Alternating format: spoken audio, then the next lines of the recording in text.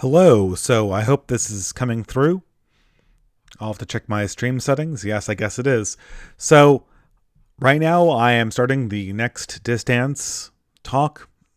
I'm changing around the series a little bit, as opposed to this, I should say, being something I do very infrequently and making it really, really long. I want to get this to the point where I do it every week at a designated time, so that I can get in the habit of actually going through response videos, answering questions, and making sure that it's more or less a regular feature of this channel as opposed to something that I neglect.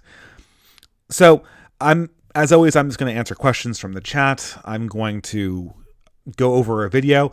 I put a poll up on Twitter under the hashtag #distance, and it was largely which video should I review, which one should I look at. And the most popular one was the Sean and Jen video about PragerU. Oh, and I should say not really every week. What I'm thinking right now is that they'll be every other week. Essentially, they'll be on the days that I do not have a Via Obscura podcast. I'll try to release a video where I answer questions for a limited time. Again, hopefully this will be closer to an hour than it will be to 2 hours. We'll see how it goes. Sean is not exactly concise in his thinking. And if there's people who want me to watch something that's shorter, that's fair enough too. Of course, I'm going to wait a little while to make sure that we don't have, audio issues. I can't wait for people to call me a boomer. I'm the 30-year-old boomer. I'm comfortable with that title, so we'll see. Are you going to talk to Destiny? Sure, I have no problem talking to Destiny. The thing is, I can never get a sense about what Destiny believes. I've heard him say so many different things, and he seems to have contradicted himself. I would talk to him if I just knew what to talk to him about. Trudel Tom, by the way, people who are not subscribed to Trudel Tom, it's an excellent channel. I've learned a lot from him. You should definitely go give him a sub. But I do want to talk to Trudel Tom about a variety of things. And I think that that's something that we'll definitely have to work on. I don't think I've kind of been behind on my organization. And because of that, some of reaching out to some people have taken back seats when they probably haven't. They shouldn't have. And I think Trudel Tom is an example of something that's long overdue. Yeah, I don't know, man. You guys, do you really want me to talk to Destiny? I don't really think Destiny believes in anything. I think he understands how rhetoric works at a very basic level, but it's not like he has a position that he's trying to defend or use his rhetoric to defend any kind of ideology or concept about how society should be run. He just tries to position himself so that he looks like the smartest person in any given interaction with someone else. So, when he talks to people from the alt-right, he's all about freedom. When he talks to Christy Winters, he goes on about how free will isn't a thing. Well, if free will isn't a thing, then how is freedom a thing? How is liberty a thing? Yes, he goes to Buckley telling me not to talk to Destiny. It might be fun. I'm not beyond. If people who watch this channel would be entertained by it, I can spare an hour. I'm not going to create an oppo file. I'm not going to take it super seriously. But I think it might be fun to just jump in and see how my rhetoric squares off against his. And he certainly has a good ability to talk on his feet. Do you plan on talking to Millennial Woes? Yes, I do. I thought that I hadn't been invited to Millennial. Little did I know that my spam filter had picked up the invitation. So I'll be filling that out, and hopefully I'll get a slot on Millennial. Initially I was a little bit concerned. Oh, well, people will lump me in with the alt-right. And then I realized, well, they pretty much already lump me in with the alt-right and the racialists. So I certainly like Millennial Woes as a person. He's a very reasonable fellow, and I think I probably could learn a lot from him about the mind frame of the alt-right, and I think I could perhaps help people in the alt-right see a future for right-wing movements that does not fall into the same traps that were encountered by the Spencerians and the people who followed Richard Spencer in the wake of 2017. Will you make a video answering Rocking Mr. E's BS video on Roman Catholicism? Yeah, it's on the Distance list. It's literally in this playlist we have up here. But I guess it's a little bit long. I also have, I think, one about the sex abuse crisis. I mean, I can just take a look through the list here.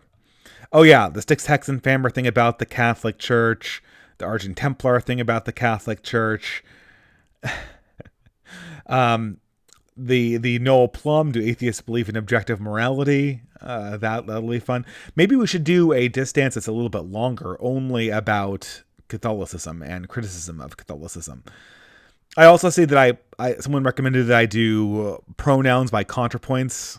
Thank you so much, Twitter followers, for not upvoting that. I don't know. I mean, we could talk about ContraPoints and their pronouns, but I don't think it'll go anywhere. Okay, let's see. It looks like the chat's disconnected. Well, hopefully everyone can still hear me. Everything else looks fine.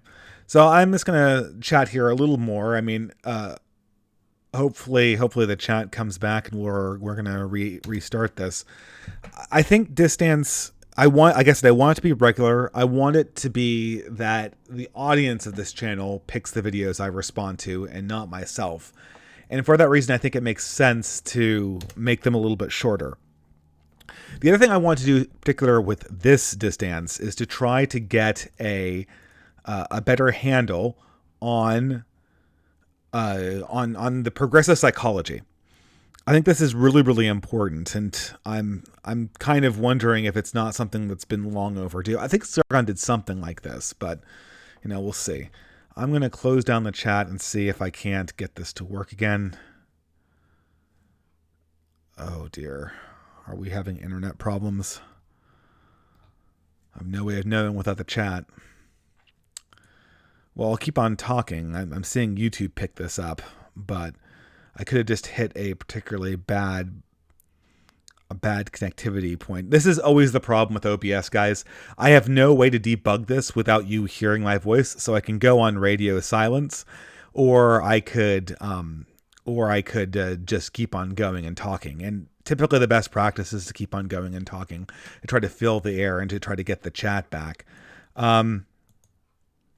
Yeah, I'm seeing the last of the chat talking about Distance Catholicism, so I'm going to get that that this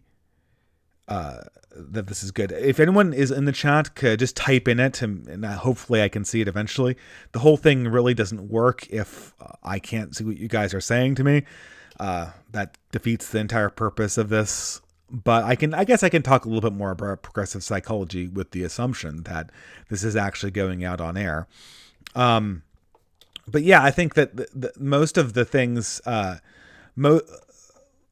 realized this when I was talking to David Sherratt, that when we're dealing with progressives, we're dealing with a very interesting psychological phenomenon, more than an actual position, because David Sherratt's positions on things are more or less, they're unobjectionable, and more or less, what's more strange about that is they're almost built to be unobjectionable. And so you're kind of left with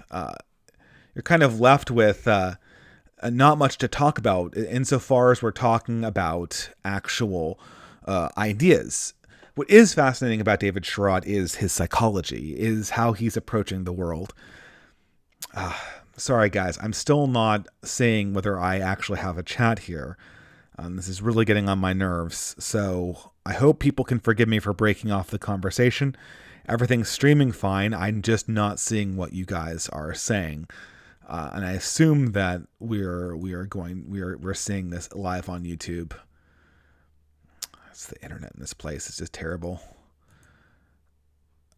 Okay, let's reload the chat for a third time. Nothing.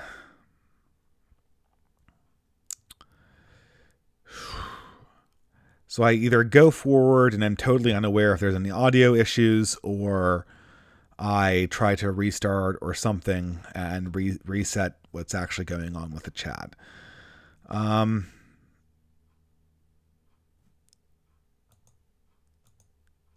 it's a tough call. Tough call.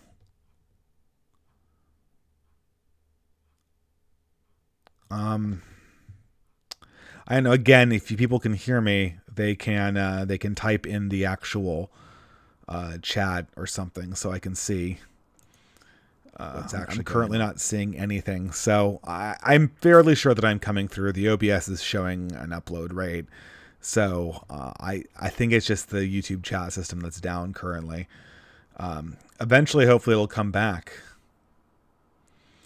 But I think, especially when we're going to people like Sean and Jen and Christy Winners and all these things, what's most remarkable is to me is the psychology they exhibit. This last week, Sargon of Akkad went on Christy Winter's channel, and it was really phenomenal. I don't know how Sargon continuously never learns his lesson about this woman. It's fine, and I understand, like, she is a moderately large person on progressive YouTube, but at the same time, we know what her MO is. We know how she operates her channel. We know what kind of red meat she likes, and we know what kind of stuff she doesn't like. And every time Sargon goes on to this to interact with this woman, he always makes the same mistakes.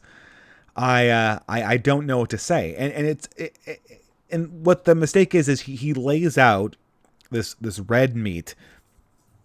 He makes over the top statements, which is great for YouTube videos. We all exaggerate a little bit. And then, of course, what does Christy Winters and Kevin do? They nitpick them. Do you have a source for that? Do you have a source for that? Do you have a source for that? And pretty soon, Sargon just gets flustered and says, I don't care. And they get to go on a tirade about how Sargon of God doesn't care about facts. It's basically like the new atheist line with a dose of progressive progressive elitism. So,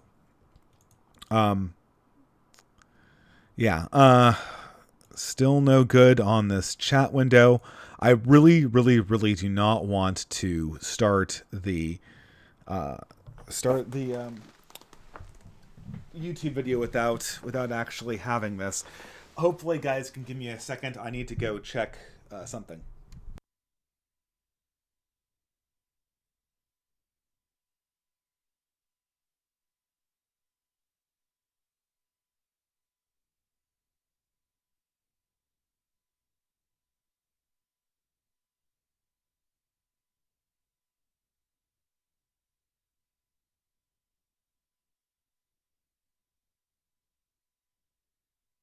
All right, I'm back. We'll see exactly what is going on. If it's my browser, we can change that. I'm sure there'll be some disruption on the OBS side, but again, I apologize.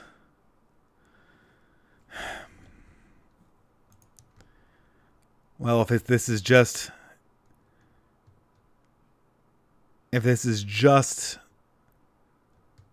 total loss of chat, I'm not so sure exactly what to do.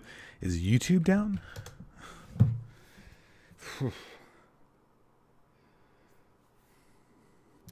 Well, it does not look like any of the YouTube stuff is working. Not on this browser. Maybe it's in their system we can try. Again, I'm assuming that we're seeing something along the lines of chat interaction. Yeah, I see now on Twitter that you guys are saying, "Oh, we can hear you." I guess I'll just go on. All the browsers are showing that YouTube's chat's not working, and it's not working on anything that I can pull up. So I'll go on with my spiel. I'll go on and review a video. I'll keep the show moving on. But the whole point of Distance is to have chat interaction. So I am a little bit reluctant to just like tank this, without trying to look for a solution, because this is sort of the time I have reserved to answer the audience's questions, and I need to make sure that I have absolutely no way of doing this, so I don't waste your guys' time.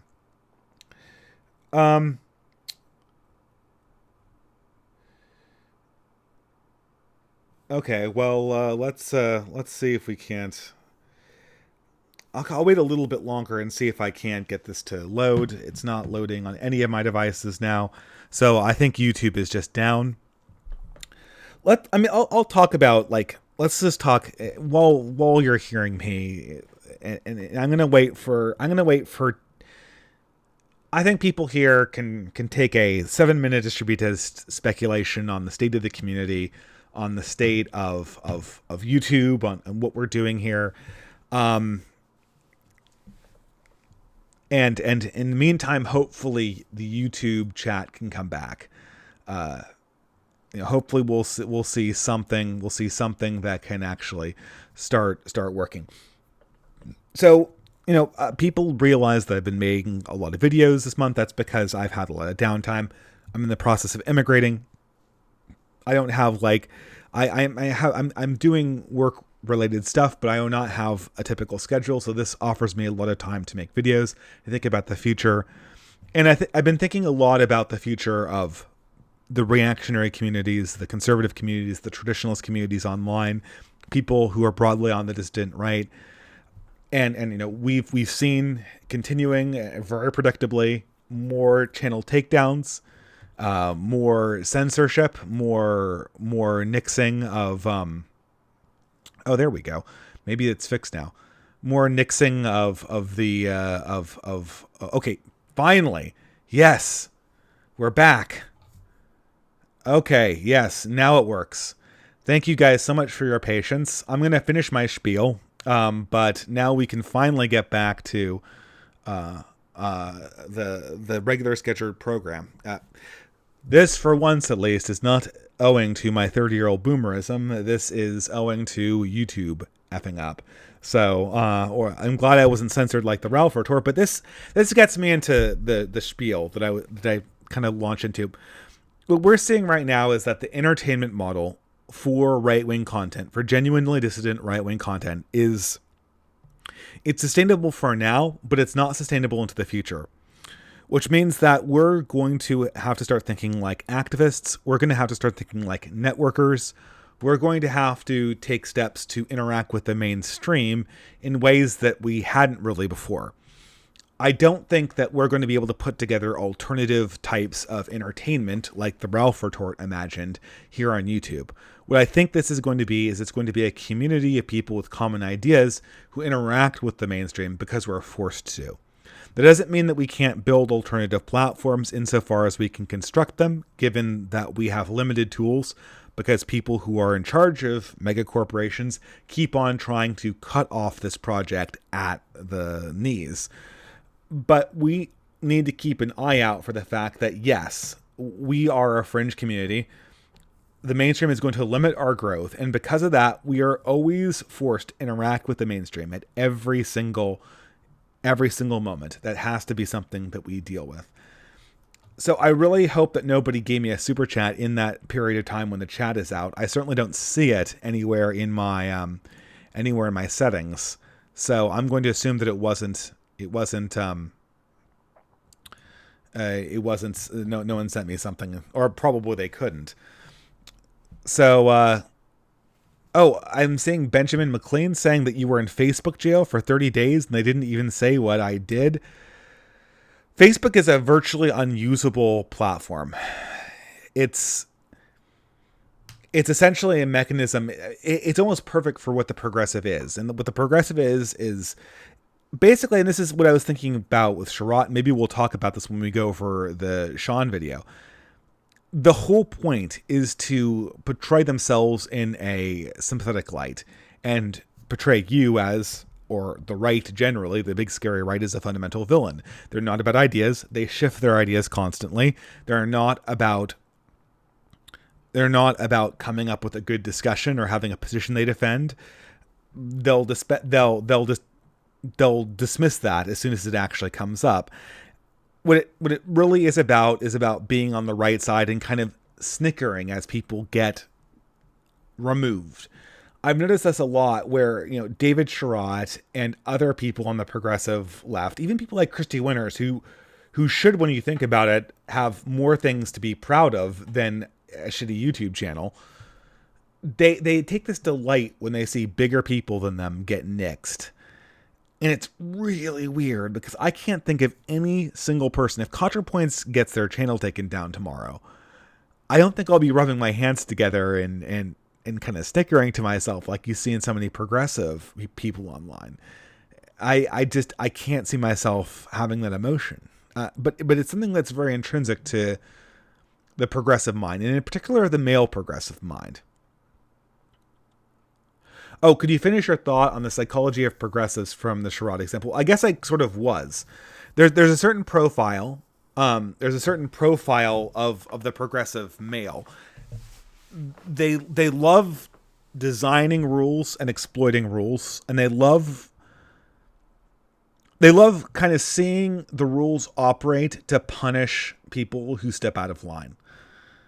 I notice this in Sherrod, and I notice this in a lot of people, it's a very common thing to kind of wipe your hands and go, well, those are the rules. I guess you didn't follow the rules, and this is what happens. Now, what did we learn? That's you can kind of see all the progressives folding their arms and tapping their shoes when someone like Sargon or Millennial Woes gets banned off of a social media platform. They revel in it, which is really odd because, as I said before, I can't see myself reveling in any banning of a progressive. It just doesn't seem to be anything that, I mean, why would I care about that? If I win, I want to win because my ideas triumph out, because I have more subscribers, not because I have exploited the rules. And so what you see in people like Sarad is this very, very tactical nihilism.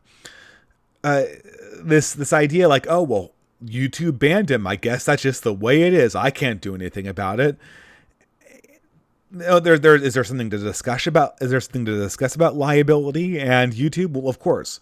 But what's so funny is that me and David Schrott agree about YouTube's liability and how they cannot try to use the terms of service to operate like a publication when they're obviously not a publication. They obviously are acting like a public space.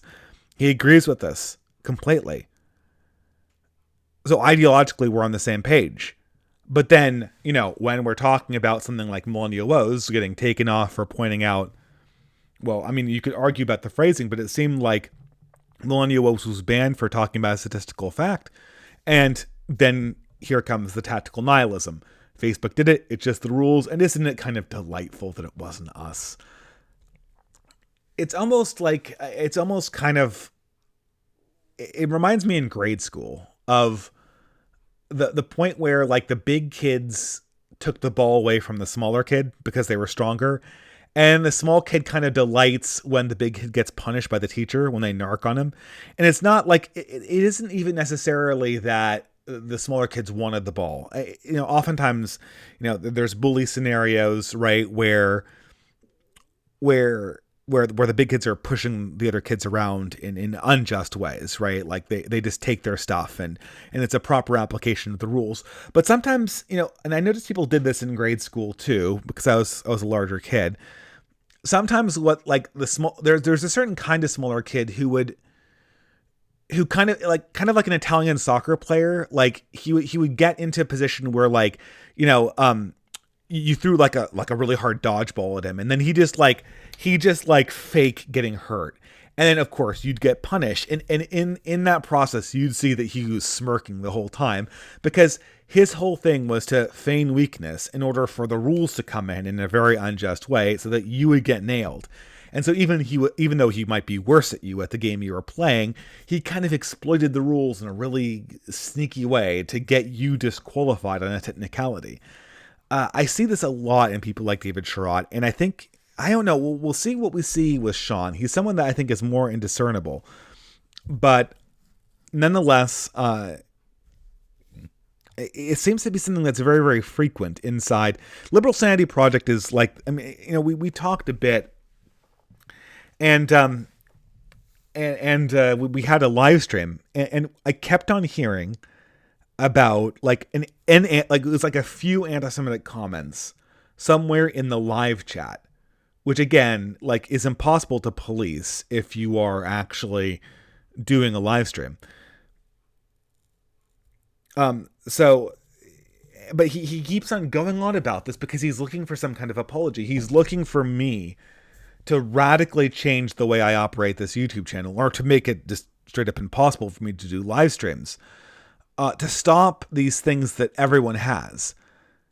And, you know, there's no serious argument. He's hoping that I take this personally. He's hoping that, like, that I somehow apologize for someone else's words, because then I will be at a point where I'm forced to give him an apology, and he'll be at a point where he can accept it and then make a demand, which puts him in a powerful position over me, which essentially, in many ways, allows him to construct a profile of me as someone who's done something wrong, who frequently has admitted to being party to anti-Semitism. And so I noticed this pattern. I don't know if I have a really good idea for a video yet, but this is something that we'll have to discuss further. And I'm already way behind on getting this video started, so maybe I can do that. I see Silent Chronicler. Be careful about solely attributing negative traits to entire collective. This is a display of in-group, out-group bias on the part of Sherrod. Yeah, there's a danger of that. There's a danger that we're psychologizing progressives and saying, oh, they're stupid. Oh, they're insane. They're not insane. They're not stupid. If they were insane and stupid, progressives wouldn't have total cultural dominance. But there are certain psychological features of largely progressive men on YouTube that's been very, very consistent and very, very noticeable. Certain types of tactics that they use that are not very common to use among people who are more reactionary or more traditionalist, or more, or liberalist for that matter, David Schrott probably notwithstanding. And I don't know. I think it's worth it to take a look at these things, and actually figure out what's going on here, because it may be the case that it's more about power for these people than it is about any kind of political position. And what they want more than anything else, and this is the thing too, and I hope you guys forgive this digression. When people were making fun of the SJWs, there was this point in Sargon of Akkad's career where all he had to do was go like, point, look at this insane person. This insane person is clearly outside the norms of our society. Aren't they insane? Why are they in power? And what made a lot of the Sargon videos, and indeed all of the anti-SJW videos, kind of so cathartic and satisfying, is that when you watch it, you imagine, you're like, yeah, we're on the side of the law. We're putting down the rules the way they've always been. And pretty soon someday, the rule makers are going to come in. They're going to sort these people out, and they're going to put things back the way they were. And we're speaking truth. We're laying down how it is. Well, no one believes it anymore. And no one believes it anymore because at this stage, it's obvious that society has no desire to enforce these kind of standards against social justice. They have no desire to enforce a common standard about racism. They have no desire to enforce some kind of consistent notion of gender and sexuality that makes any type of sense. And they're perfectly willing to let these activists get to any level of power in any institution that really matters, in the media or in government. So that's the reality. And when you're in that position, going around pointing out what the SJWs are saying is really, it's really not the satisfying, right? Because you have to admit, and this is really what my video on Sargon was about, you have to admit that you're not the one enforcing the law. You're the one pointing out that these people are insane, and our entire system must have a huge glaring flaw in it. And what language does somebody who's just liberal have to really describe how a huge systematic flaw entered the system over a 100 or 200 year time frame? You really don't have language to determine that. And moreover, even if you don't have language to determine that, your whole base, your whole audience wants to see you kind of lay down a law, and ultimately you don't have power. You're the one speaking up on the side of people who don't have or I should speaking up for opinions that are not really granted prominence in the mainstream, and that feels very different. And I think for people like David Sherratt, he got onto the anti SJW bandwagon when it was still in the mode of laying down the law, and then he realized that this is really a rebel position. This is really a position that's going to require courting ideas that are outside the mainstream, that aren't really in line with the rules of how society has operated for the last 100 years. But look, like, that's what I want to be. I want to be the person who smacks people down for violating the rules, for stepping out of line, for violating my rights. And that's another one of these words, the rights thing. Like, as if, in a non-religious sense, we have these abstract rules that follow us around and that we can invoke in any time to obtain justice. It's not strictly true, but that's what they want. They want to be able to just call out these things. That's really what people like Sherratt want to do, is they want to call out people. And a lot of the early Sargon videos were calling out SJWs. And that's satisfying. But when you realize that your position is no longer the mainstream, the call-outs can only go so far. And so we have our first super chat here. Aged Boomer for $5. Thank you very much. What about drug use among progressives? Could that explain some of their aberrant behavior? Well, that's interesting. Certainly in the case of David Sherratt, he doesn't strike me as somebody who's really recovering from a drug problem. Certainly a lot of the people in the Christy Winners crowd seem like they're overcoming substance abuse issues. And, even popular people like ContraPoints, it's always hard to tell, because one of the reasons, and ContraPoints released a video, or the alter ego of ContraPoints by the name of Natalie, gave a talk at a TEDx talk where they were talking about the construction of ContraPoints, the character, and really how they responded to criticism. And of course, this is a TEDx talk, so it was 99% rabid SJW crowd. And they say something along the lines of, well, I spoke through characters because when you speak through a character, you can't get personally attacked.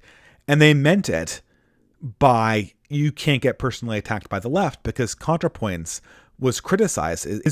had been criticized by people further to the left of that channel. And so, and sure enough, creating characters was a way to get around that. It's also a way of getting around any criticism.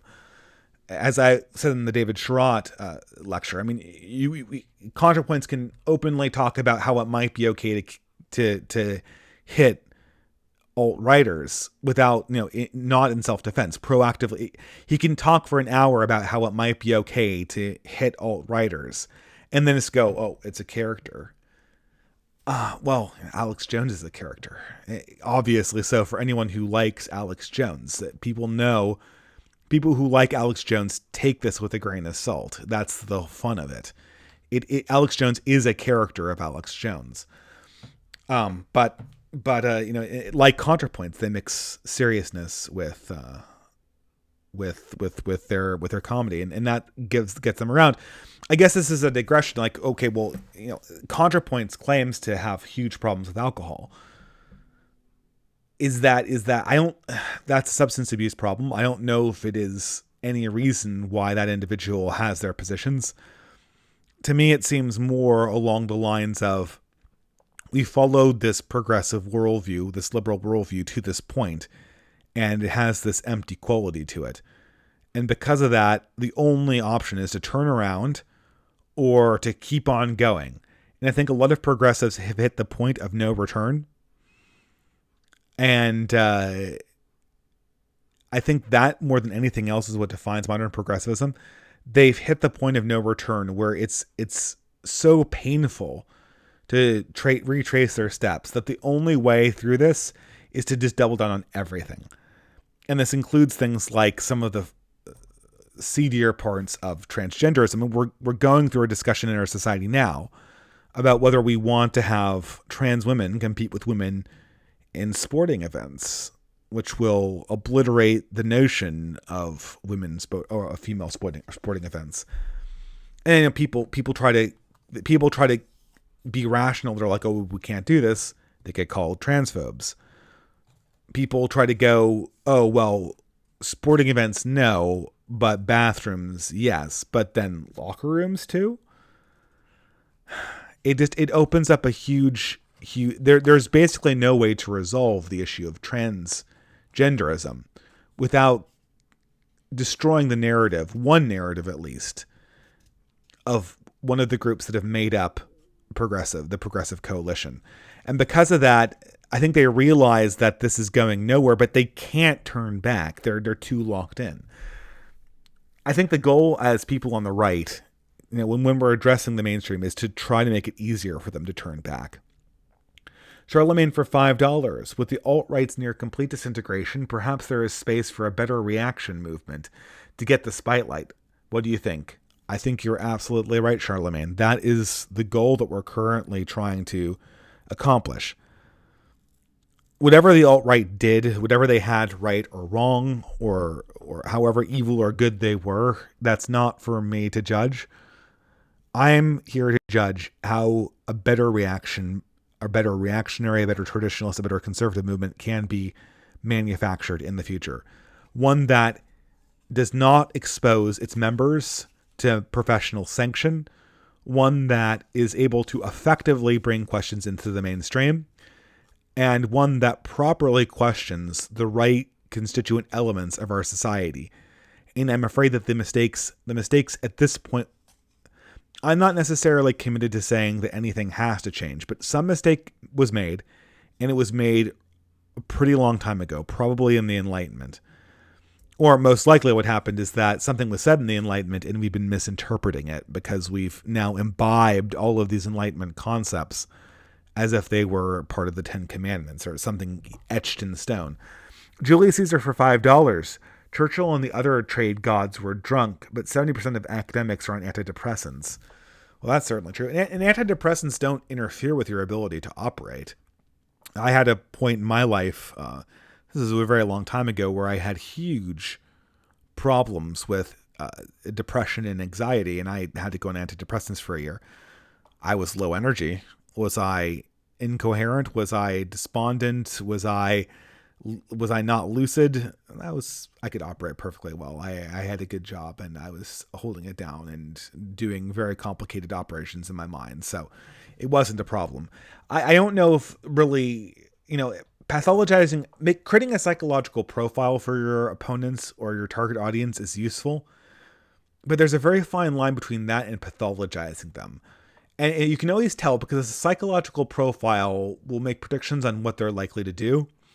And a genetic argument or some argument where you convince yourself that they're stupid or insane or evil, that just makes you feel good and does not actually give you insight into how the people you're opposing or are trying to target as potential recruits are going to act in the future. And that's something I think it's very important. It's a very, very fine line. I hear people talking about frame games. Man, I love frame games. Whatever happened to him? He made videos for a brief period and they all sounded really good. I loved his concept of the heart right. I love the fact that he was proud of his Jewish heritage and was still able to properly explore the problems in that community that may spill over to other communities that aren't directly involved. Where do you see academics like KC or Gary Edwards bringing the fight into the mainstream? Does Gary Edwards bring the fight into the mainstream? I don't know. That's right. That's $5 from Mitch Connor when he gave this. That's a great question. Oh, is it King Crocoduck? Well, I mean, King Crocoduck's in the academia like I'm in the academia, in like science. The problem is not in science. I mean, it's creeping into science. The social justice is coming to the science world. But that's not where it originates, and that's not where it needs to be fought. That's not where the roots are. If we fight it when it comes into science, we're just fighting the branches.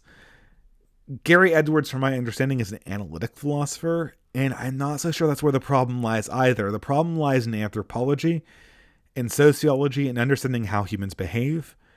And moreover, it's how we construct the concept of language and how we construct concepts of language as they pertain to moral and value-based objects, not epistemological objects. Now, I'm a layman, I'm not a philosopher, but for my money, that's where the problem lies. Maybe somebody is there doing that. I mean, to me, Nick Land is the closest thing to an academic who's actually like taking on these problems.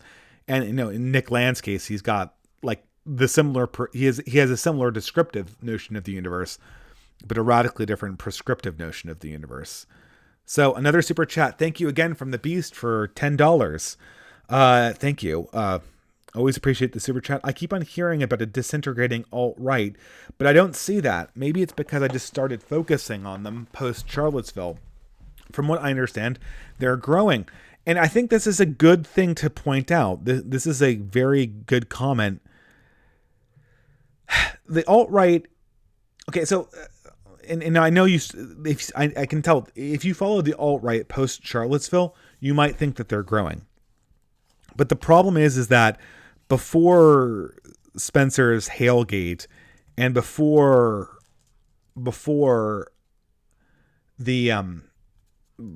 Charlottesville, the alt-right was a dark horse political body that was not so tightly linked to race, even though it had components of realizing that races were not interchangeable, which I think is a good place to start when you're discussing immigration policy, or I should say cultures are not interchangeable.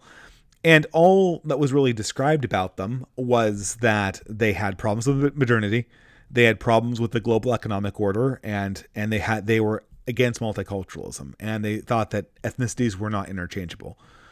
Those are 4 sound principles to build a conservative movement on, and in those months in between when Hillary called them out, and when they started having problems, starting with Richard Spencer doing the Heil thing at whatever his conference was, and then but continuing through Charlottesville, we got the alt-right moving from in the mainstream's mind at least, from being the natural alternative, the natural conservative alternative that will follow in the wake of Trump, to a quasi-terrorist organization like Antifa. Now, they're still going to grow. They're still going to grow because of the fact that mainstream conservatism and mainstream liberalism of the Sargon variety is dying. Now, that being said, like, I don't think the alt-right leaders, the current crop of alt-right leaders, don't have anywhere they can take the movement. The movement's got to interact with the mainstream. It's got to be something that can be brought to the world in a respectable way, in a way that does not just operate as a lightning rod for sociopaths. The way that people like Richard Spencer talk about race attracts people who have paranoid minds that might be schizophrenic, that are looking for a way to explain problems in their own life through a conspiracy theory. Whatever a movement does, whatever right-wing movement discusses or comes to terms with, it's got to be thicker. It's got to contain more moral principles than those that would attract sociopaths, and it's got to have a way to filter those people out. So thank you for the super chat. The other super chat from Spec7Re82 for $5. 30 minutes behind. Want to see the Catholic distance? Let's do it next, guys. Let's do it next time. The poll was for Sean and Jen, and thanks to a malfunction in YouTube's chat system, I really didn't have a way of doing it. And come to think of it, let's just start with the actual video, and go from there. We really have to do Noel Plum's How Jordan Peterson Destroys Christianity, because that's got to be a good one. I didn't watch it, but I started watching it and like, oh no, I have to do this on air. That will be fun. Okay, Innuendo Studios, worst person on the internet. Oh, here, how PragerU lies to you. Hello. Okay, everyone in the chat, get prepared for people speaking through the side of their mouths, because I think we're going to get a lot of that. I hear it's a Yorkshire accent, but... Okay, guys, tell me how the sound is here. Hello, everyone. Now then, what would you say if I told you that I knew of a very generous Nigerian prince who needed your help to move his vast riches out of his country? I think everyone can hear that. I'm going to assume that they can. You'll obviously tell me in the chat if you're not hearing Sean's voice or you think it needs to be a little bit louder. But yeah, isn't every Sean video begin with what would you tell me? It obviously is coming from this perspective where Sean is the dispassionate enforcer of the rules, and we'll see where this goes. Okay, sounds pretty good. I thought so. Or what if I told you I could sell you a magic brain pill that will make you smarter? Or how about this one? What if I told you that I could teach you an entire college course in just 5 minutes? Wait, can the chat correct me here? Like, wasn't this the whole 3 arrows thing? Where, like, we did 3 arrows about, like, 4 months ago. And he did this thing, too, where he was like, I'm going to do a quiz with you, where I superimpose things that Jordan Peterson says against things that Hitler said in totally innocent context and see how they're similar. I am assuming that this is going to be a similar thing, right? He's going to lay out a bunch of scam things, and then he's going to superimpose it against PragerU. Although you could pretty much do that with anything. And what's so funny is that I don't even really like PragerU that much. But we'll see. Maybe we'll end up agreeing with Sean just because PragerU has so many problems. How would you like to learn a lot in a short amount of time? A major infusion of knowledge in, say, 5 minutes? And what if those 5 minutes distilled the best ideas from some of the best minds in the world? I mean, this is basically every internet course, right? This is every internet online academy sells itself as they're going to condense information and give you just the best parts. That's what they all sell. So this is nothing unusual yet. Just as a shot of espresso boosts your energy, a shot of Prager University boosts your brain. Because not only will you have more knowledge, you will have more wisdom. If you think I'm exaggerating, there's an easy way to find out. Just watch a course. That is Okay, well, actually, so I assume we're gonna launch into this totally innocuous advertisement. I see a super chat. I wonder if I can pull up the window here without, guys. If you forgive me here, I think I need to rearrange this slightly so it's a little easier to see. Is Dennis Prager there in a video titled "Welcome Prager University"? Okay, well, we're totally going to critique the heck out of a sales statement. I'm sure that's going to be productive. Okay, so the Beast for $9.99. Thank you very much for your contribution. I'm an avid TRS fan. It seems huge. From watching your Patreon stream with the young Prague, it sounds like you accept the conclusions of race realism, but won't bet the farm on it. Yeah, I'll tell you this. I'll be open about this. I don't know whether race realism is true. The idea that there are significant differences in between phenotypical expression between groups that we can identify via our eyes and emotions. That could impact on society. But I will tell you, I understand what the possibility is. I understand the implications of the possibility. I understand what it would mean to have a genetically linked IQ difference that was one standard deviation diverged between two groups. That would be a significant thing. My belief, I've read a lot of literature on this, and what I can tell you guys, not being an expert, is that it seems to me, based on my lay understanding of this, that the probability of this being true is greater than 5% and less than 95%. That's what I'm ready to say. I don't want to put a more specific number on it because I believe it would be damaging to my channel, and it would be essentially courting a magic word, which the cathedral monitors, or which is the mainstream media and the mainstream opinion enforcers monitor.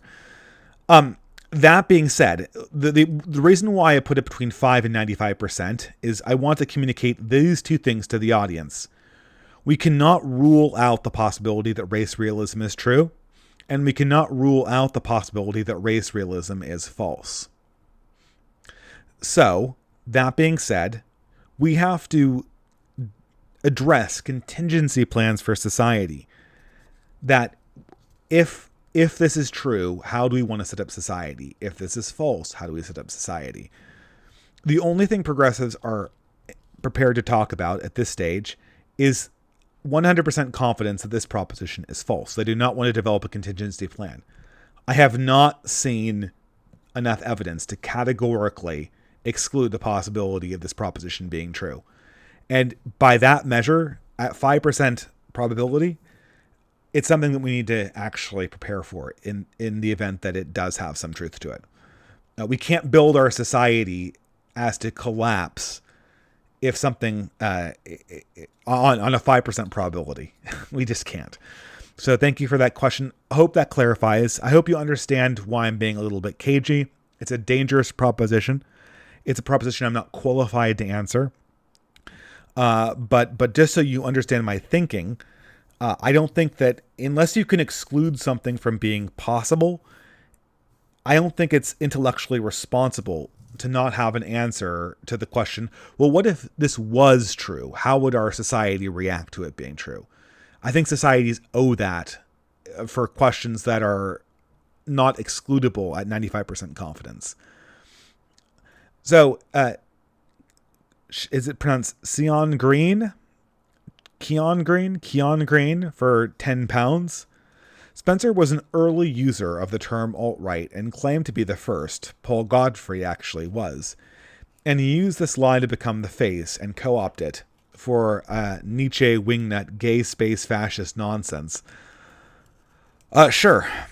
And, I deeply regret that, just like I regret that racism has changed its meanings from being we want to organize our society based on Nazi principles about Aryanism to any indication that you have any in-group preference if you come from a non-minority group.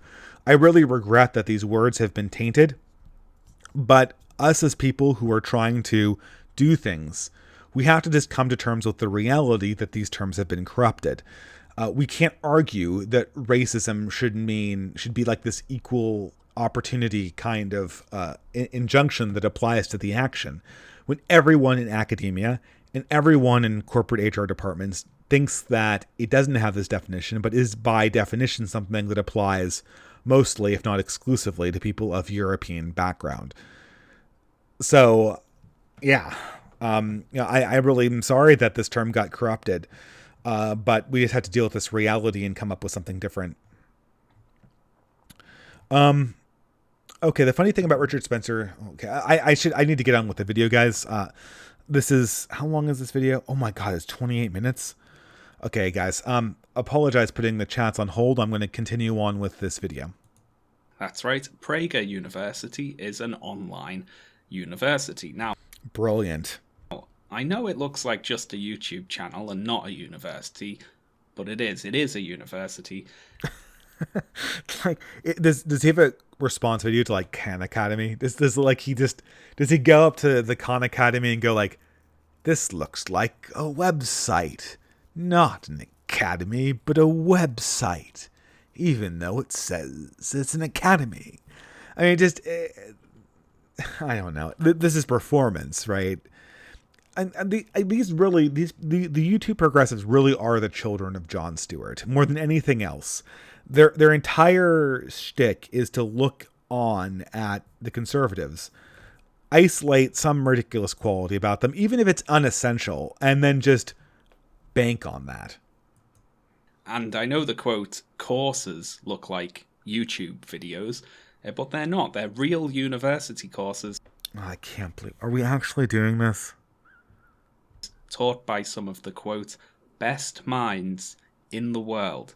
You can tell this because they come with study guides. For example, here's the study guide for the video Feminism 2.0, which has sections to be filled in during and after watching the video, discussion and review questions, and a quiz with questions like, it is easy for feminists to forget that men A. Gave women the right to vote, B. Gave up their monopoly on political power, C. Invented birth control, and D, all of the above.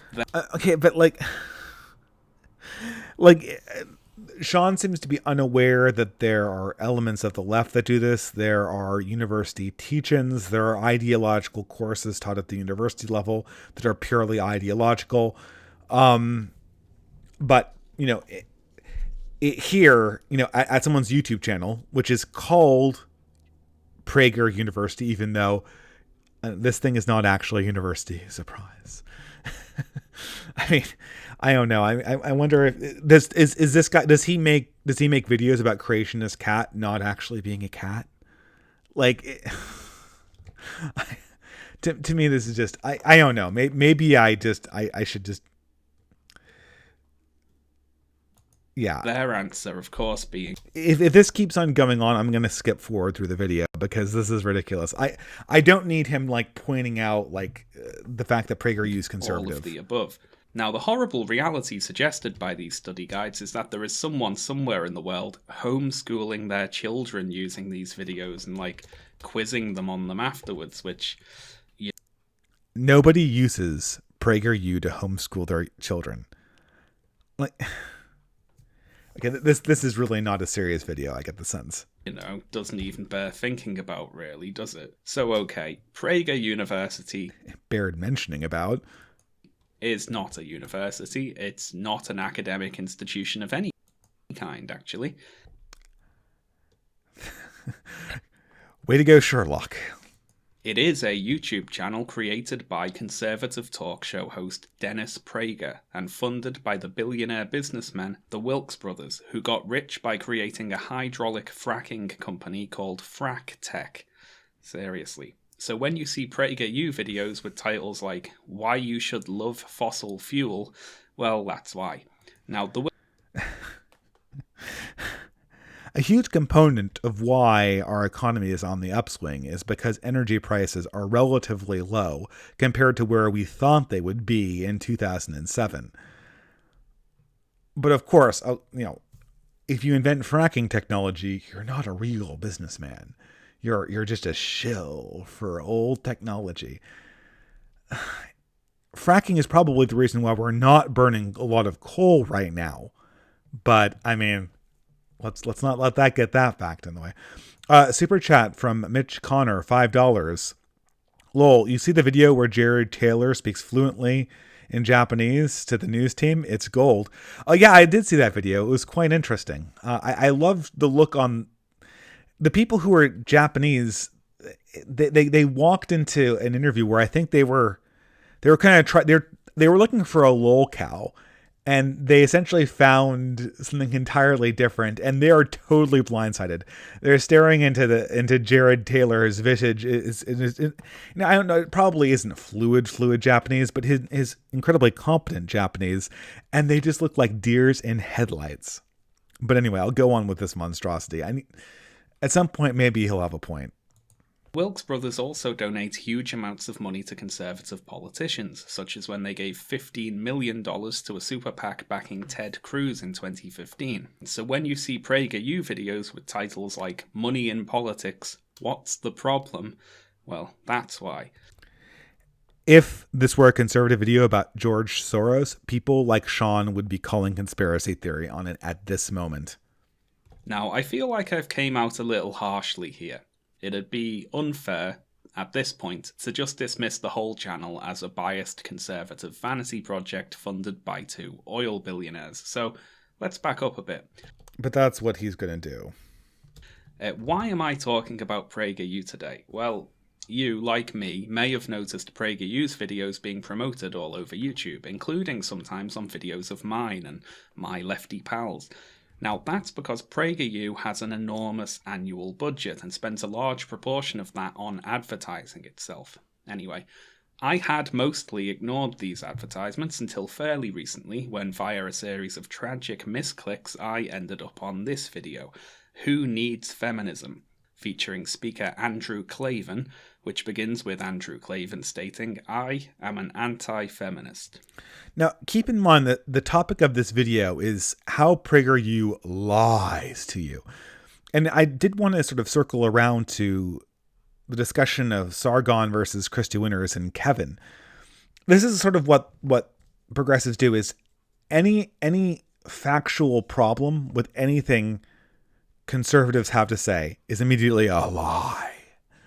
Lies, lies, lies. And of course, any mistake made on the part of a progressive is a mistake. I'm mistaken about that. I don't know about that. Maybe I misread the study. And I make mistakes too, right? I've had a few times where I've been corrected on stream. It happens. No one's perfect. We don't have an encyclopedic knowledge of any facts. And even if you're a journalist or a researcher, you'll make mistakes too. But what I notice is sort of funny is that, and this is with Liberal Sanity Project. I've had 2 streams with Liberal Sanity Project, and I've gone through the streams, and he's in the stream, and I bring forward an argument, and he'll immediately retract like 90% of his argument. He'll just retract. You said that the alt-right was genocidal and they only want separatism. He retracts his statement, etc., again and again and again. But then when he's off of YouTube and he's speaking just to his own audience, he'll insinuate that I am an asshole or an anti-Semite because I had an anti-Semitic comment on my live stream, like in my live chat, that wasn't immediately deleted, or that I didn't commit to delete. And this is the thing, like it's always the insinuation that mistakes or inaccuracies or differences of opinion must be derived from evil on the part of conservatives. And it's something that I don't know. I mean, maybe I'm wrong here. Maybe I'm projecting. Maybe this is something that I wouldn't say if I were progressive, but it just doesn't seem like there is some, maybe on some elements of the distant right, you get the insinuation, the disagreements of opinion. I mean, certainly in sort of the conspiracy theory, like communities on the right, you'll get things like this. Alex Jones will do this too, where he insinuates that like people's mistakes are insidious conspiracy theories. But I don't know. In the mainstream left, it seems to be very, very popular. So super chat, Julian Peacock for $5. Without money in politics, wouldn't politics just become about media monopolization? Is that why the left cares so much about this? Happy Thanksgiving. Well, thank you. Happy Thanksgiving. It's coming up. It's a big deal in America, but I'm kind of surprised everyone's in Canada right now, and everyone's quite interested that I'm actually taking a plane to go back home for Thanksgiving, because I don't think anyone really does that here. I don't think people travel very much for Thanksgiving in Canada. And of course it's much earlier in the season as well. In America, it kind of functions as pre-Christmas. But yeah, I mean, if money goes out of politics, then existing and legacy media organizations immediately become much more valuable. It's like saying that if we legalize guns, if we legalize the construction of new objects like this, because if we take money out of politics and money out of political media, then it becomes virtually impossible to start up a new media company of any size or weight, because of the fact that now it's much more difficult to find donors outside of, and it certainly is now, that in addition to potentially nixing investments from millionaires, you're also going to nix investments you're going to nix like Patreon and PayPal for up and coming people like Faith Goldy and Lauren Southern. So it does seem to me, and I shouldn't say this, because some leftists, and I understand this, they're genuinely concerned about people batting above their weight in elections by dropping a lot of money on politics and political advertisement.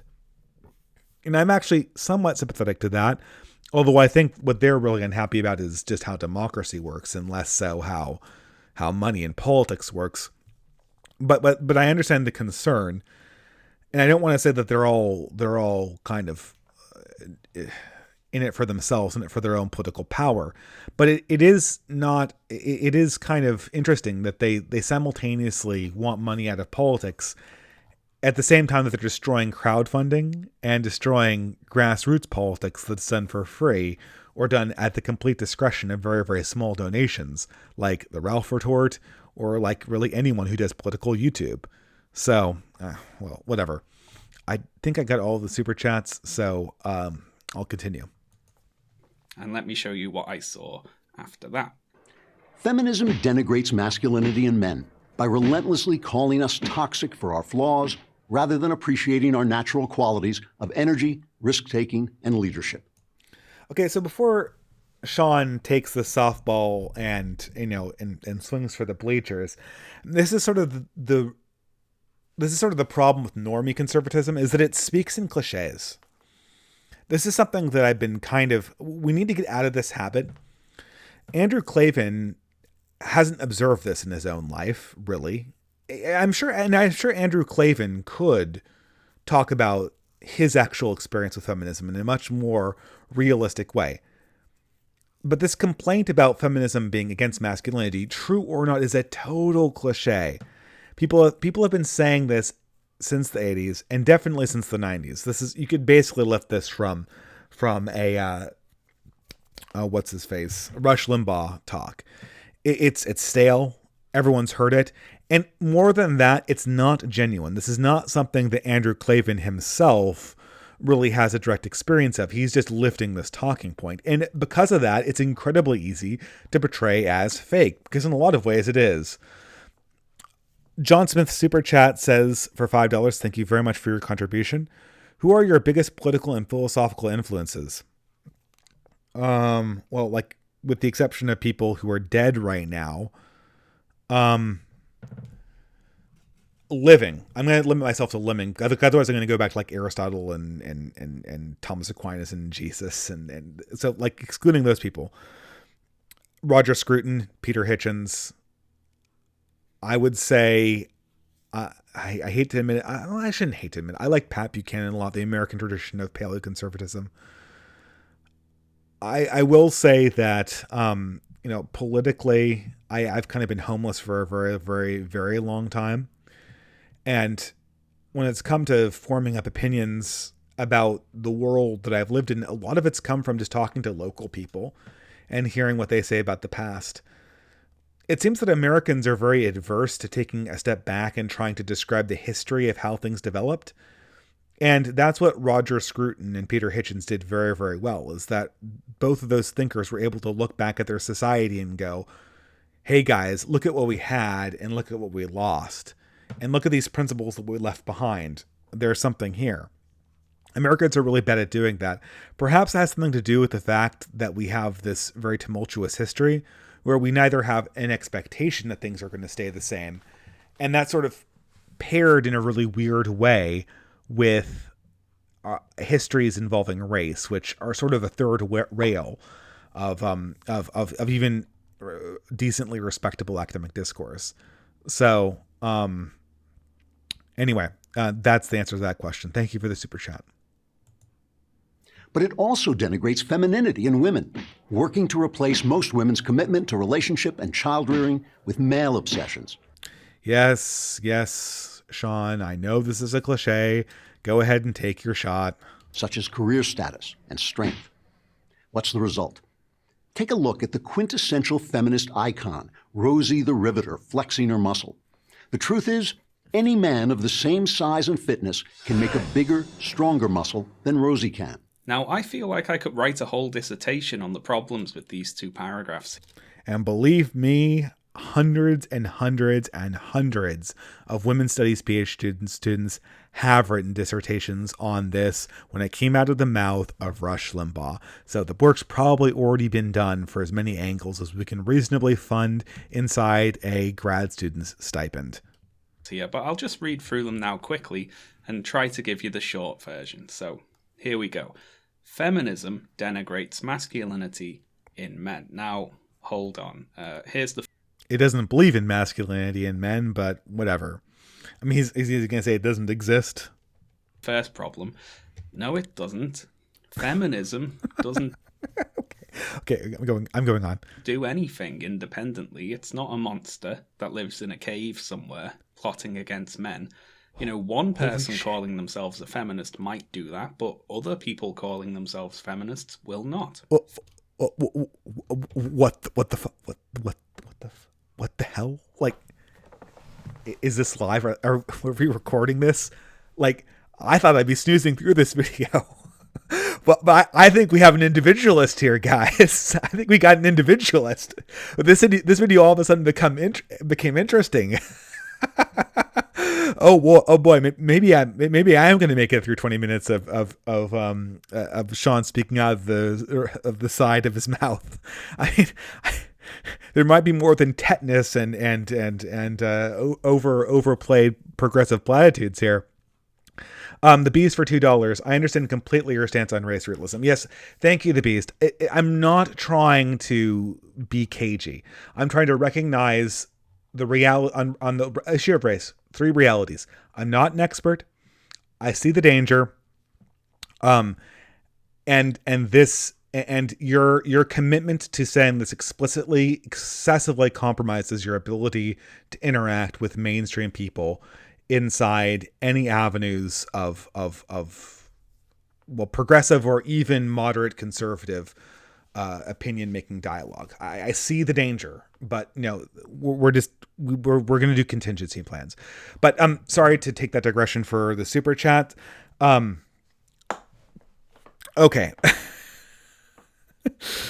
I love this. I'm going to back this up. Hold on. I gotta see that again. Independently, it's not a monster that lives in a cave somewhere plotting it denigrates masculinity in men. Now, hold on. Here's the first problem. No, it doesn't. Feminism doesn't do anything independently. It's not a monster that lives in a cave somewhere plotting against men. One person calling themselves a feminist might do that, but other people calling themselves feminists will not. I mean, are we gonna? Well, could we do that to PragerU? Andrew Klavan might have lied to you. One conservative independently might have said this, but did PragerU say this? Well, PragerU might have paid him to say this. PragerU might have put their logo on the actual YouTube video endorsing this opinion. But my individualism, guys, come on, we can't attribute it to the group.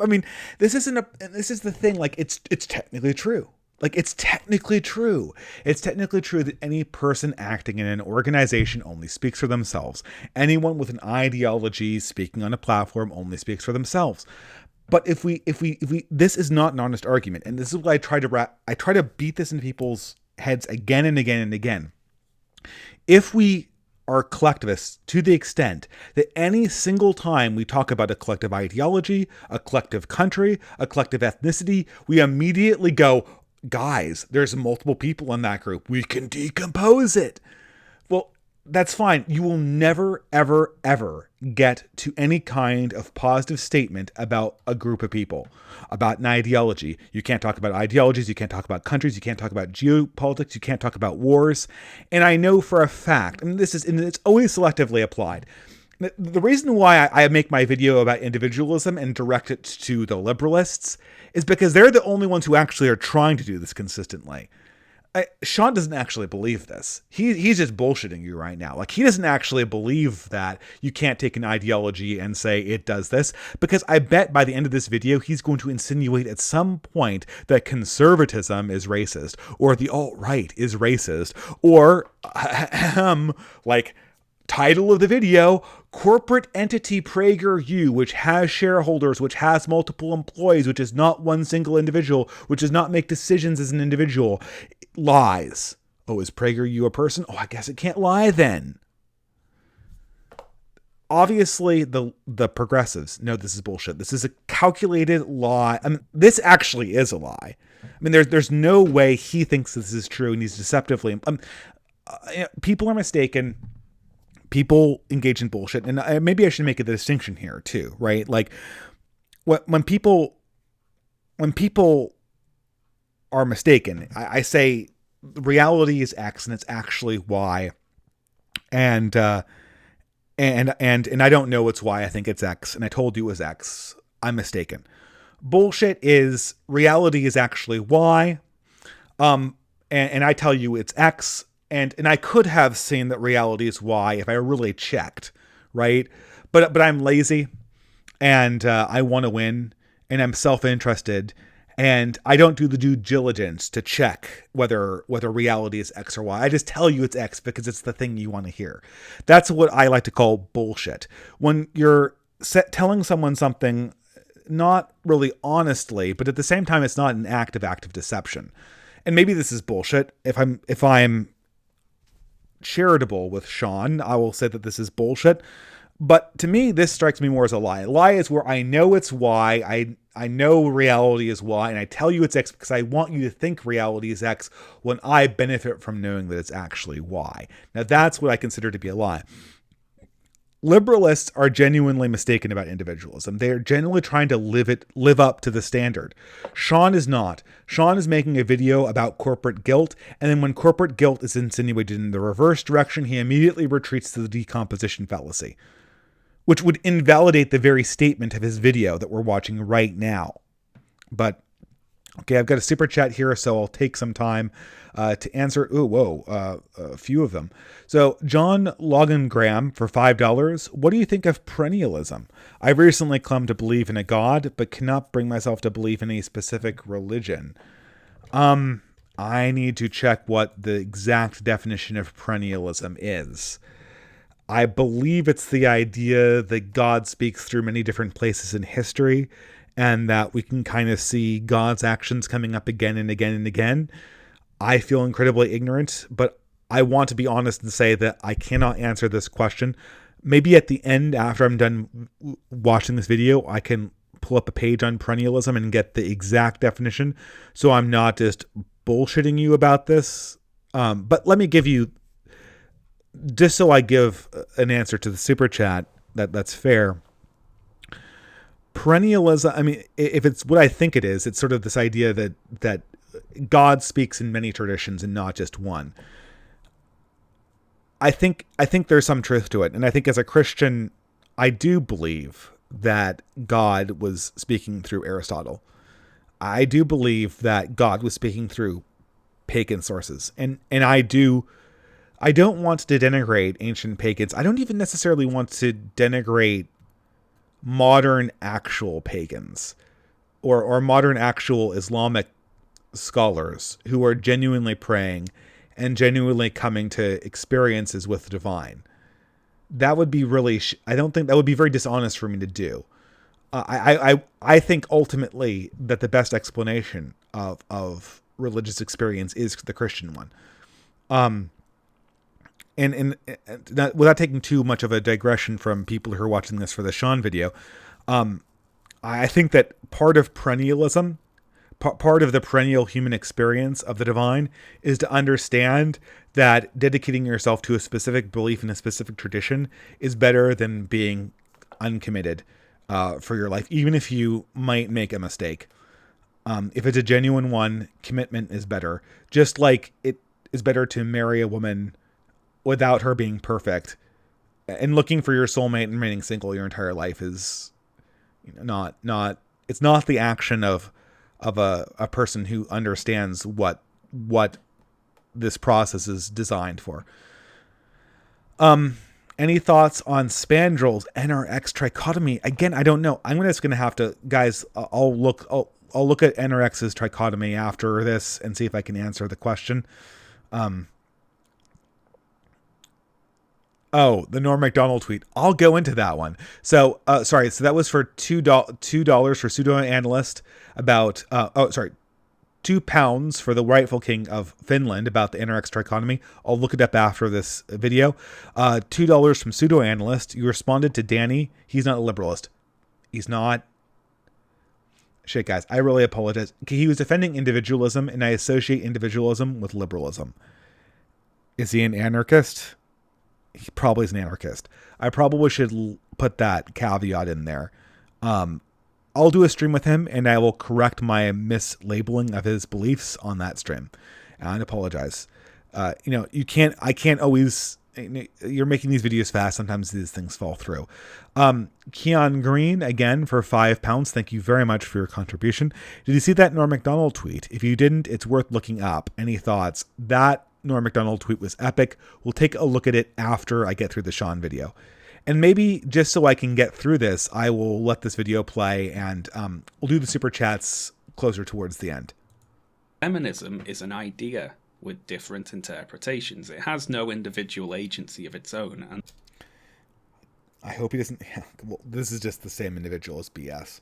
There's no supreme leader of feminism who sets the official feminism agenda. Anyway, short version. Right. Feminism denigrates masculinity in men by relentlessly calling us toxic for our flaws rather than appreciating our natural qualities of energy, risk-taking, and leadership. So, woe is me. People are saying men are bad instead of saying they're good. Well, personalization attack, but typical. Unfair. But it also denigrates femininity in women, working to replace most women's commitment to relationship and child rearing with male obsessions such as career status and strength. Now again, feminism doesn't actually do either of those things. What most feminists would probably take issue with in these two sentences is Andrew Klavan claiming abstract concepts like energy or a natural quality of just one sex, which doesn't really make any sense, but whatever, let's get to the fun bit here. Now then, what's all this about? What's the result of what? Feminism's denigration of the sexes, I guess. So, okay, the result of that is Rosie the Riveter flexing her muscle there. But the truth is, men have bigger muscles than the cartoon lady and could beat her at an arm wrestling competition should one happen to break out, I suppose. I mean, Sean is scoffing at this, and I feel like I'm speaking in cliches now, but like a huge part of the Progressive Coalition is at this very moment telling us that trans women, aka people who are biologically male, should compete against women in feats of strength. I'm going to repeat that. He's playing dumb, but a huge part of the movement that he's defending, oh, I know that was collectivism, wasn't it, is actually defending the concept of putting biological male humans in strength competitions against biologically female people. So the consequence of this malicious, sentient form of feminism is that women today can be misled by World War II-era inspirational work posters into falsely believing that they could beat men in an arm wrestling competition. Is that right there? Have I got that? Oh, God. And the individualism one was fun, but this is just painful. Like, to a progressive, there is never any analogies. There is never any comparisons. And of course, Sean will never defend this because it's undefensible. He knows that this is simply an analogy. And if you're wondering why World War II campaign posters are coming up in the 21st century, it's because feminism themselves uses them. So anyway, since PragerU brought it up, let's talk about Rosie the Riveter. Now, Rosie the Riveter was a World War II cultural icon, not designed, you might be surprised to hear, to convey women's muscular superiority to men. But do feminists know this? It's one of many government morale-boosting campaigns aimed at encouraging women in the workforce, particularly women working in what were traditionally considered male roles. Now, why, you might ask, did the government want to encourage women to join the workforce? Was it as part of some evil feminist campaign to attack? People say that I strawman Danny Duchamp. It wasn't intentional. Like, if I didn't get his argument right, then I just effed up. Like, sorry. But he knows that this is not Prager or Klavan's argument. Attack masculinity and erode femininity? Well, no. You see, during World War II, there was a labour shortage because a lot of the men had been conscripted into the armed forces, okay. And so increasingly job openings in factories and the likes were filled by women. Women were encouraged to join the workforce. This is what Three Arrows does too. He explains things that everybody knows. Like, yeah, Andrew Klavan, look, who is he talking to? His own audience? His own audience knows this. Feminists know this. Andrew Klavan, I think, wrote a book about World War II. He totally knows this. He's explaining this so that we can all assume that he dealt with that. I'm going to skip ahead because this is just boring. Like, he's just insinuating things. Let's skip ahead like a minute or two. First impression of the channel.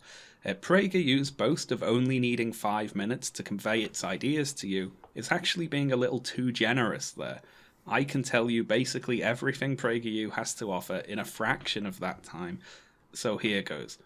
Firstly, feminism and other social justice causes are completely unnecessary, right up until the point at which we all agree they did something necessary, in which case the credit should go instead to Christian white men for allowing it to happen. Secondly, capitalism is great and has absolutely no downsides, brackets, except for all the downsides, which are actually the result of us not doing capitalism hard enough. Yeah, that's actually an interesting thing. I mean, this is why the right needs to walk away from its adherence to capitalism. And that might be something. And the first one essentially is, I don't want to say it's a straw man. Everyone knows this is a straw man. I don't need to tell people who are watching that this isn't actually what people believe. Insofar as like what do conservatives of the Andrew Klavan variety believe? What do they actually? I mean, they believe that feminism had a role up to a point, and then it stopped being necessary. And every other assertion is ridiculous. I mean, the problem with me refuting this is, with the exception of the individual one and the ones that where we can construct, I guess what's interesting here is that, I don't think he cares that he's making a straw man. But, well, whatever. Thirdly, no, that's about it, really. What did that take? 30 seconds? Now, to be fair, a few videos do fall outside those parameters there, but those two things are their bread and butter. Christian white men and capitalism are always good. Anyone who questions either of those things is always bad. And 90% of the progressive YouTube is Christian white men always bad, and all the results of capitalism are always what's responsible for anything. Oh, guess what? We have a social problem. I wonder what's ultimately responsible. Progressive YouTube. Oh wait, what is that? Oh, it's white men and capitalism. Every single time. I mean, at least the conservative perspective, and I don't like the conservative perspective. I mean, I don't like this simplistic reliance on market forces and individual rights and the Constitution that no one respects anymore. And that's a dead document, effectively. I think that's cheap. I think it's cliched. I think it's uninspired. But at least it's a mechanism. At least I can understand how it's supposed to work. Progressives actually do just end most of their critiques at trying to indict white men in capitalism. They go, oh, well, that's the fault of capitalism. I ask them, what's capitalism? Dial tone. Dial tone every time. Because capitalism in the progressive's mind is not actually a system of corporations, a system of private property that they want to reform because they don't have any ideas to how to reform it. It's basically just a boogeyman that they can heap systematic problems that largely come from a lot of their own policies and just blame it on this abstract force. And what I'm going to do now is take a look at how PragerU expresses those ideas and see how fairly they represent any counter-arguments. And not to give the game away here, but I did title my video How PragerU Lies to You. So I wonder how well this video, Sean's video, entertains counter-arguments. Okay, first up is how PragerU lies to you about feminism. And we'll stick with Andrew Klavan's video, Who Needs Feminism, here for a little while. And let's read a little of the script. Now, perhaps you'll protest. Isn't feminism simply the idea that women have the same human rights as men? No, it isn't. That philosophy is called classical liberalism, which holds that we are all equally endowed by God with the inalienable rights to life, liberty, and the pursuit of happiness. And this is where you get into the... I mean, I guess this is actually... the funny thing about this, though, is I really should have just done a critique of PragerU. The Sean thing, I mean, but in some sense, there is something interesting here because there's sort of two levels. Whenever I criticize the mainstream, the normie right wingers, I'm always a little bit worried that, like, well, I mean, they are the mainstream force taking on the insanity that is the left. Is it really my role to go up to them and go like, oh, guess what? This construction is problematic. This construction, it's not sustainable in the long term. Like, you're building something that's going to be easily collapsible by the left. I mean, I'm not a person who draws in millions of views like PragerU. I don't have to deal with millions of dollars of funding coming in from well, oil millionaires. I don't have the reach that they do or the institutional support. You know, they're not going to listen to me even if I do point out these problems. But at the same, so I always kind of feel this contradiction. But in many ways, there's nothing interesting that I can say about Sean. He's just being dishonest. There is something interesting I can say about what he's criticizing. Classical liberalism, vague. We have this idea of liberalism being associated with liberty and a society that's open. But other than that, the idea of rights totally depends on what you consider to be the basis of human dignity.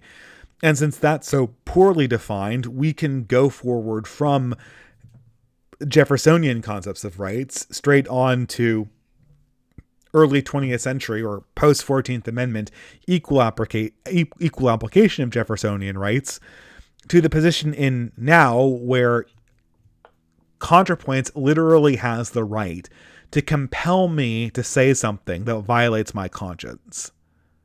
Like, that's where we are with rights right now. And given that rights are used to explain every concept in between Jefferson and misgendering somebody is a human rights violation, I think we have to come to the conclusion that the concept of right is not a very useful piece of terminology. It's just not. And hey, I would love to get into an actual conversation with a progressive that would defend this stuff. There isn't a progressive on YouTube that would defend this video in its entirety. You can't get to them. Whenever you get them in conversation, they end up being like David Schrott. They end up being, oh, I'm just like a classical liberal who believes in a welfare state. So I don't know how serious to take this. All I can say here is that classical liberalism is dead, and this is the reason why. It's vague, it's stretchable, and the mockery that Sean is very dishonestly applying to it is so easy to apply to it. It effectively doesn't go anywhere because of that. Now, this is just basic misrepresentation. Klavan anticipates the fact that he'll be called out on his biased definition of feminism, and his answer to a hypothetical person presenting an alternative interpretation is no. No. You're wrong. I'm right. Only my definition is right, not yours. So there. Which... well, I mean, that's basically what we use for the definition of what a woman is on the progressive side. It's not exactly advanced debate tactics, is it? Klavan's only offered evidence to feminism not being about equality of the sexes is that he claims that philosophy is called classical liberalism, which is silly all on its own, but implicit here is that a single idea cannot be shared between two political philosophies, which is ridiculous, obviously. Well, but in that case, how does feminism get to claim all change of social organization in the 20th century? Most people who instituted change in work habits among women, who essentially built the modern world we have today, didn't call themselves feminists in the way that you mean it. So, I don't know. They're as always, they're trying to eat their cake and have it too. Feminism could be about equality, and also classical liberalism could be about equality, because equality is not an idea that is singular to any one particular political movement. Later in his video, Klavan states, feminism has developed the historical mythology that men have oppressed women and now must be suppressed in their turn to even things out. More misrepresentation here. I'd just like to point out that not once in this video does Andrew Klavan quote a feminist or cite any particular feminist theory or literature, and this should be a red flag. Speaking personally here, I have never met any feminist who claims feminism is about suppressing men to even things out. I mean, we've heard the exact construction does not come up in feminist circles. It does, however, come up. I've heard that expression come up in some radical elements of black nationalist circles, though. Very much so. If you come up against third worldists, they'll say something along the lines of, the West and Europeans were historically privileged. Now their time to be under the thumb of up-and-coming third world leaders or something along those lines. Mainly, I've met feminists who say feminism is about equality, but apparently they were all secretly classical liberalists or something. Andrew Klavan here is arguing against a straw man version of feminism that only exists within the confines of his own imagination. He doesn't name who he's talking about either because they don't exist and he's just making it up, or because he's scared he'll get a response from an actual real person with realistic ideas, and they're a lot harder to argue with than cartoon characters. And this argument would have more weight if Sean actually got into conversations with conservatives, which he doesn't. Speaking of arguing with cartoon characters, in their video Who Killed the Liberal Arts, which is one of many PragerU videos complaining about modern university campuses, we can see the following. There's some little cartoon... So can I skip ahead? I think I'm just going to skip ahead for 10 or so minutes. I'm already bored of this. Yeah, I mean, pseudo-analysts are $2. A right is a legally sanctioned privilege. But if privilege is the same as rights, then all progressive arguments immediately collapse in on themselves. Guys, I'm going to skip this ahead. This is just getting really boring. I want to see if there's any substance to this. Differences. But when men are lagging behind women, such as receiving lower grades in school, well, that's everyone's concern. And we need to institute system-wide reforms in order to reverse the trend. And I like how biology is used here. It's presented as both the reason to preserve a system when men are ahead, and also as the reverse, to reform a system when men are behind. The message seems to be that any societal system should cater to male biological traits, or at least conservatives' estimation of what male biological traits are. So, I mean, I assume that they went on to talk about the double standard PragerU videos, which, again, like, I agree with Sean. There are like 90% of the PragerU videos are those types of videos. Sure, like double standard.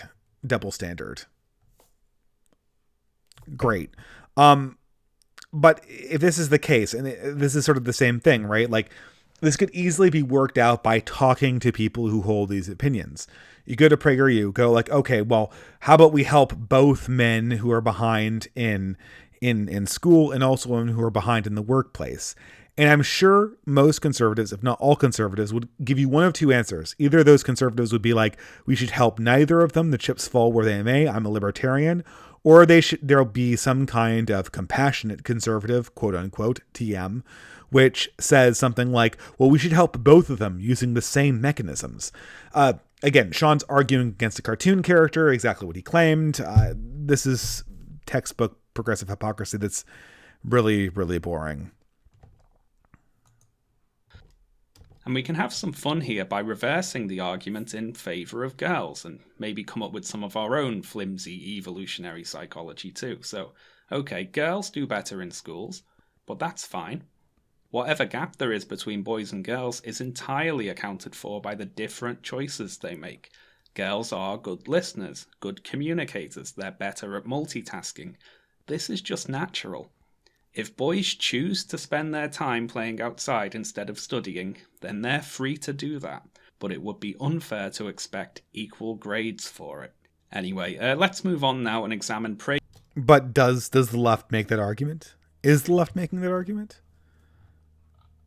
I mean, I'm going on because I'm hoping he's going to come to his point. Oh, we're only...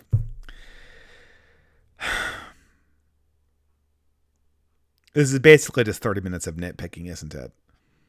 Presentation of capitalism, which is a frequent topic in videos like, if you hate poverty, you should love capitalism, why you love capitalism, is capitalism moral, why capitalism works, and so on. Now, in these videos and others, PragerU presents a, well, literally cartoonishly simple version of capitalism.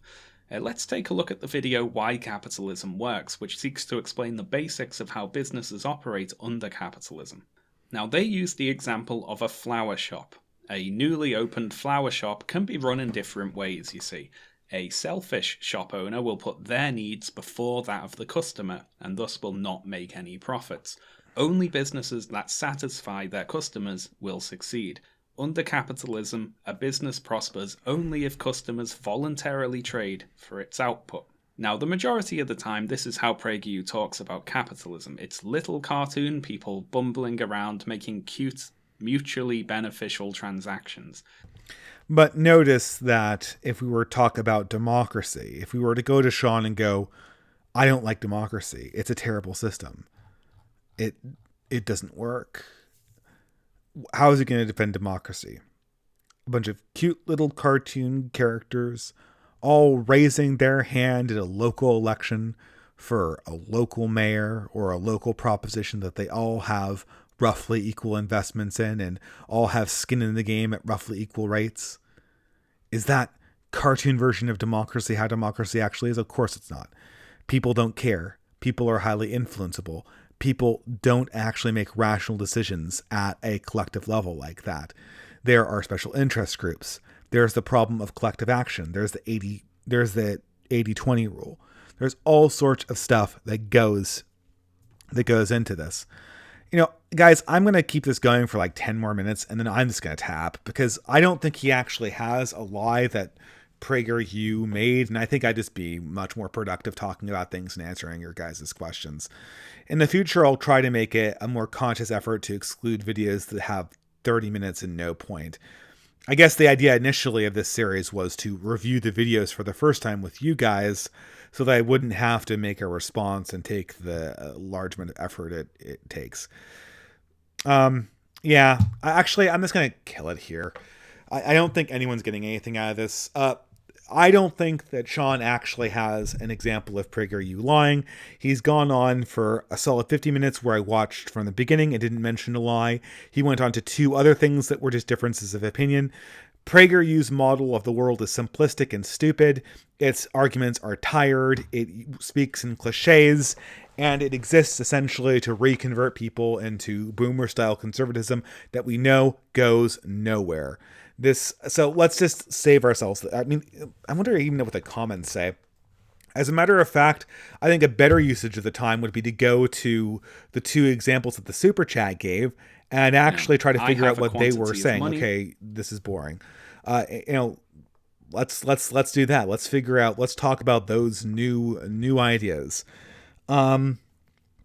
If Sean wants to come on, and this is the thing, I think there was an entertaining part of this video. I don't think it was a total wash. I think that you could see, the point where he started making the feminism is not a monolith, individual something was genuinely funny. I laughed at that because it was so close to what you get from libertarianism. It was so obviously a lie. Progressives will use individualism as a distraction tactic, as a way to distract conservatives away from what they're doing. What are they doing? They're building institutional power. How are they doing that? Through collective ideologies where they can see the people on the inside and they can see the people on the outside using magical words. But every time a conservative notices this, they'll use individualism like an octopus uses ink, so that they can escape from criticism. And then when the conservative is gone, when the institutional watchdog has left, they'll go back to their initial thing. I want to go to the Norm Macdonald tweet. If you guys bear with me, I think I retweeted it. We'll have to see if I can find it. In the meantime, if you have questions, this would probably be a good time. We'll probably wrap up in about 20 minutes. Did he delete the tweet? Whew. I guess he deleted the tweet. The tweet was a Norm Macdonald tweet where he questioned the Enlightenment. And I thought that was very significant. He didn't get taken down, did he?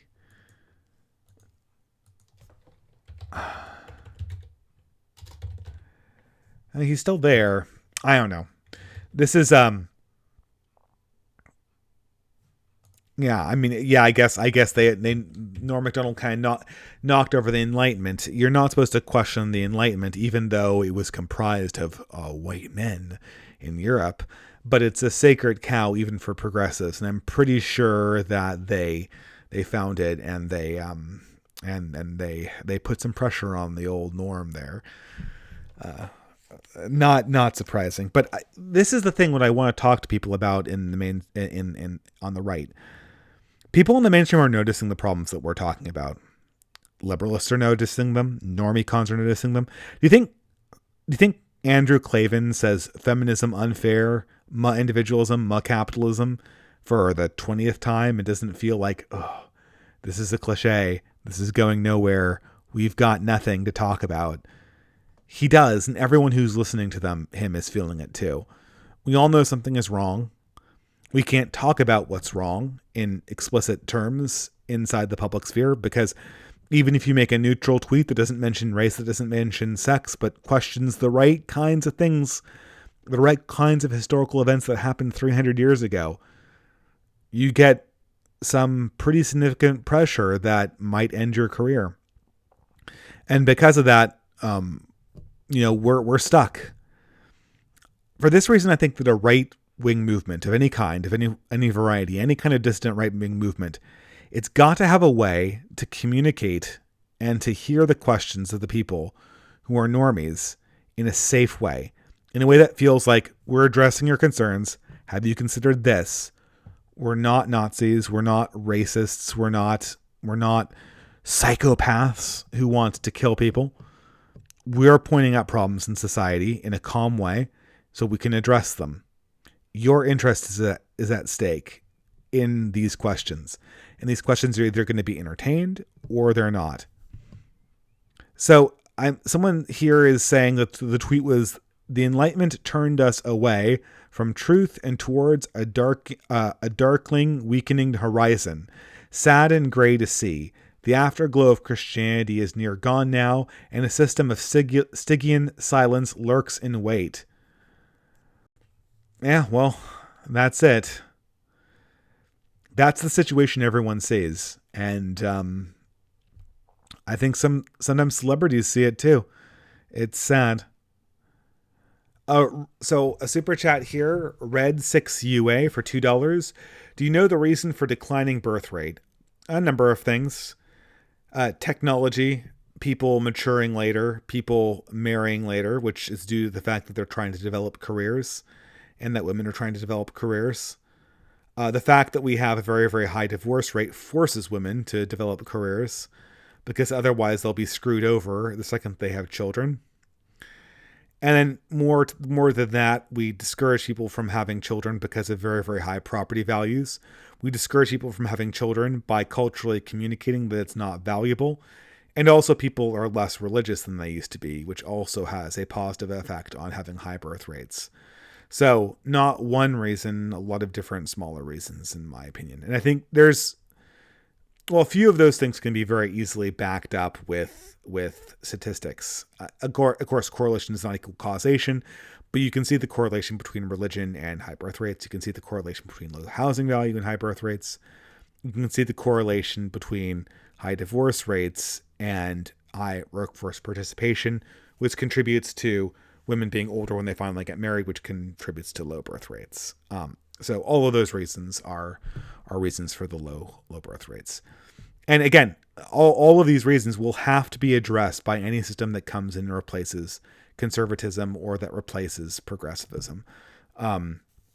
It's just necessary. But we just, we're struggling for a way to have these conversations, to fund these conversations, and to have these conversations enter the mainstream in a way that makes any difference. Okay, so what was the NRX thing? NRX trichotomy. I wonder if I can Google that really quickly. I'm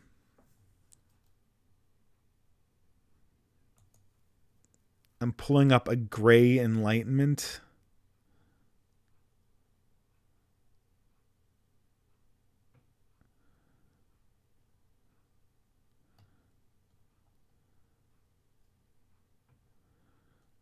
Okay, so this is it, the trichotomy.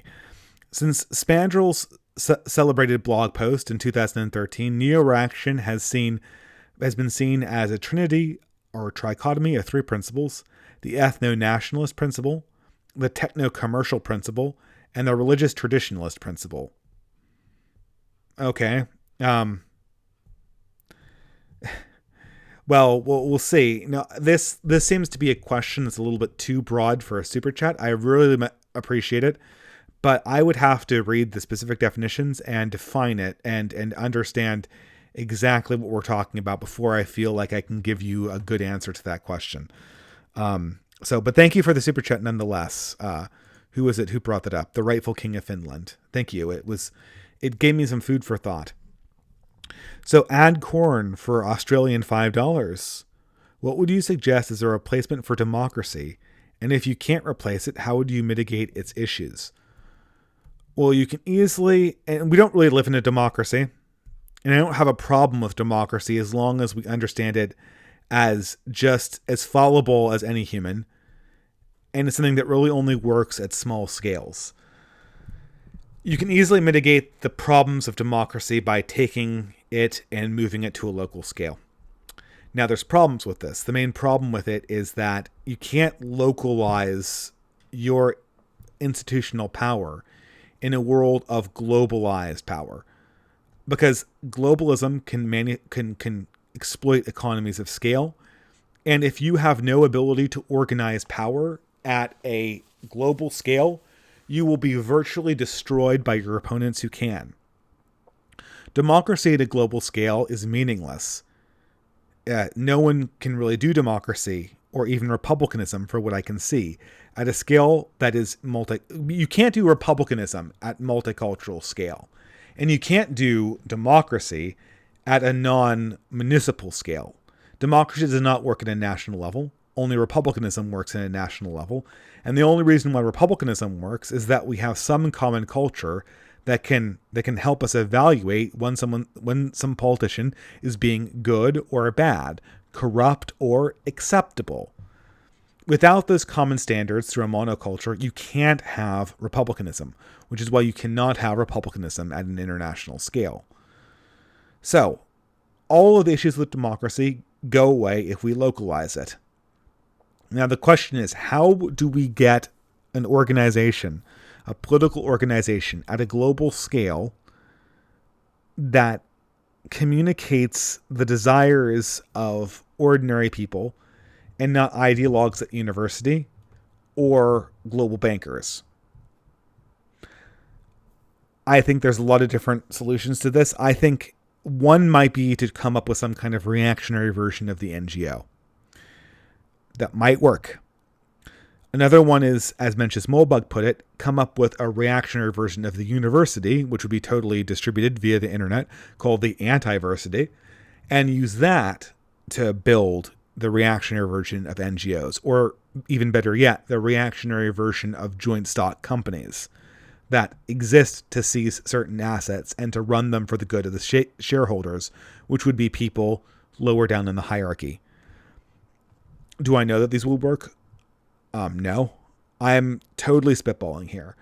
But there's got to be some mechanism to organize power at the global level, even if your goal is to take power and to push it down towards the local level as far as possible.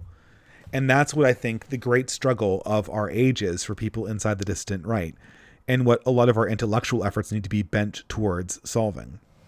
So thank you very much for the super chat. I'm just going to answer people's questions for the next 15 minutes or the next 50 minutes. That sounds good. No, we'll end at 5:10, and that will be a nice little roundup for the evening. That'll be roughly at about 2 hours. So yeah, I'm sorry, guys, the Sean video is such a bomb. It was just boring, and it was all dishonest too. Sean never discussed any of his own ideas, and to the extent that he was just making fun of PragerU for being fake, well, PragerU is really fake, so how can I fault him on that? Oh, well, no more. Looks like there's no more super chats for the time being. Why isn't this going away? Might have to refresh the chat here. If you don't have the means of super chatting me, you can always at reply me. I'll probably see if there's no super chats. But if it's just in the chat generally, it's going to be impossible for me to see. So I see God's Own Prototype talking about, Danny DeCamp is a libertarian monarchist. Well, maybe we're more in line than we would think, but to my mind, if we're going to have anything like monarchy, we've got to go to the models that work in the modern era. And the only model of monarchism that works in the modern era is the CEO of a corporation. That's the closest example, unless you want to copy like Prince Charles. And come on, who wants to copy Prince Charles? No one who's a monarchist actually wants like our present crop of incompetent monarchs. That's just, nobody wants that. Nobody could want that. I don't even think Prince Charles wants that. It's so cute. Yeah, and I just saw you, Uncle Rufus. The Franklin had a good interview with a reactionary Croatian. I haven't listened to that yet, but I think that reactionary, and we should say I call him reactionary. I should just say the Franklin. I'm going to have the Franklin on as the first YouTuber, or I should say non-author, and I think he actually is an author, that I'll have on Via Obscura, because I really like his content, and I think it's worthwhile. Maybe I can kill the chat and have it go back to the. Okay, this works. And I saw that there was a super chat there, so I will get to that. Mind's Eye for $5. Have you considered collecting your magical word series into a book? This needs to enter the wider circulation if we want to up our game. Yeah, I might. So I have on my Discord server, I have some writings about strategy and the culture war that I considered putting into like a little bit of a white paper or a pamphlet, and then like putting on Amazon.com for free. Yeah, I had to tighten it up. I've been considering doing some writing projects while I'm away traveling. I'll be basically traveling from the end of Thanksgiving to the New Year's. And I'll be able to do some video output in the form of live streams, but my video output's going to really kind of taper off during the month of late November, or really late November, early December. And I'll be probably doing mainly quick takes and live streams, with the exception of 1 or 2 videos that I promised in advance that I would make. And I think then I might try to use that time when I'm traveling to see if I can't get a manuscript together on some of these nonfiction things. We'll see. Whatever I can do to help people, I want to do. I want to be a resource for people here who want to explore these ideas and who want to organize. That's what we talk about a lot on our Discord server. And if it's useful for you, if I can do anything to help, and I'm probably not helping. I put this up to a poll this time. I think it's good that I have something to respond to in the actual YouTube community, which is why I have a poll to see, Distance is coming up. What do you want me to actually address in terms of videos? But no one is really benefiting from me responding to Sean dishonestly scoff at normie conservative arguments for an hour. That doesn't help anyone. Hopefully you got some entertainment value out of it, just hearing me slap my head against my palms. Julian Peacock for $5. How the Catholic Church, I think it means, how will the Catholic Church return to an orthodoxy that would make reconciliation between East and West possible? Is the hole dug too deep to escape? Catholicism and Orthodoxy can only unify if Catholicism quells its own internal problems. There's 2 ways to get a reconciliation. The one thing is to totally destroy Catholic doctrine. I don't want that to happen. And in that case, nothing matters, right? Because neither the Orthodox Church nor the Catholic Church will have doctrine if progressives take control and destroy all principles. But if both churches are to have their principles intact and to reunify, we will need to essentially destroy the progressive contingent of our churches so that the conservatives and the people who guard the doctrine will feel very, very, very safe at taking baby steps towards the other side. And if both sides feel secure in their doctrine when it comes to genuine spirituality and genuine ethics of both a financial and moral and sexual nature, then we will be able to contrive, I think, conciliance between the two churches. But in the present day, when we're currently seeing this scandal in the church, when the church is essentially at war with itself, I don't think there's any possibility for this to occur. Okay. That's a good question. And I will try to do another Distance series. Maybe I'll replace Distance with a live stream where we talk about the Catholic Church. I have this as a time that I can answer questions, but I don't see any necessary reason why I can't invite somebody on. If I have one or two people, maybe an expert at the Catholic problems, come on, we could talk about this, and it would be, yeah, I'll post the Discord. That's a good point. I will definitely post the Discord in the I think there's an active link in most of my videos, but for people who want, I can post it in the chat too. We will ban people every now and again if they're being super disruptive, but yeah, let's keep on going. Well, Discord's loading up. Next time, check out a Trudel Tom video. Well, I mean, I'd rather just talk to Trudel Tom. A lot of the times I review progressive videos because there's no chance I can talk to them. The one exception possibly being Cuck Philosophy, who, apparently was the one progressive that you can actually talk to. And I had this crazy idea that we could do like a Christmas time culture war truce or something like that, but I think it ultimately came to nothing. And we're coming up on, we're coming up on time anyway, right? Okay, so this should be the link to the Discord invite. In the meantime, yeah, let's take 7 minutes. Let's end at 5:10. Any additional super chats? Otherwise, I'll just end on answering at replies. Have you tried getting in touch with the theologian David Bentley Hart? Excellent idea. I wonder if he has an openly available email. If you ever think about writing sci-fi, yeah, I have a fiction project that it's kind of sci-fi, I guess. I don't know. I'm a very slow writer. I'm about to release a narrative nonfiction work, like today or tomorrow, probably tomorrow because I have to record it. And it just amazed me how long it took me to write 7,000 words.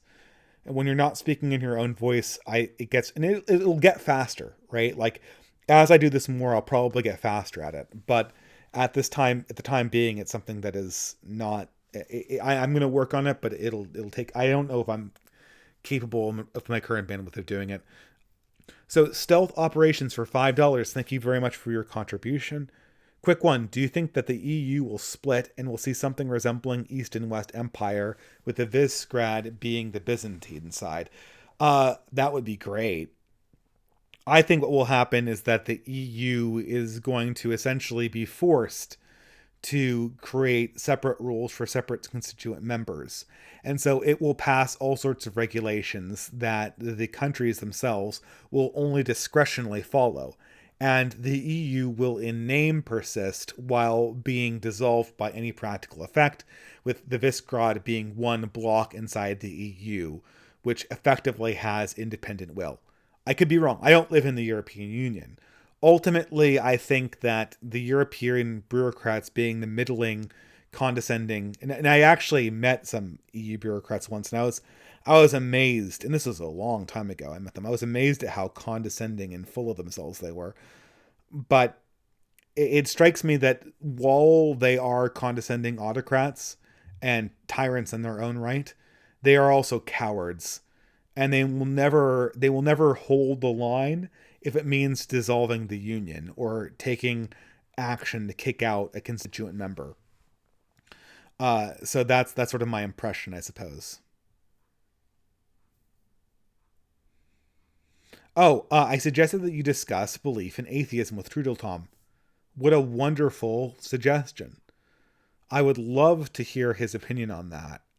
And Trudel Tom is someone I need to learn a lot from. I hope I can contribute something. But sometimes with people like David Schrott, like I talk over them because I have to. if I didn't talk over David Schrott, you'd get a 1-hour lecture about the various malfeasances on the right side of the political aisle.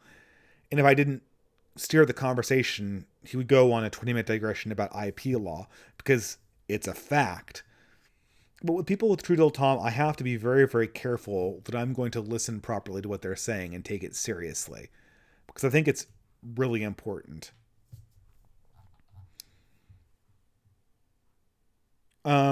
Anyway, yeah, True Tom is a pragmatist, which is important.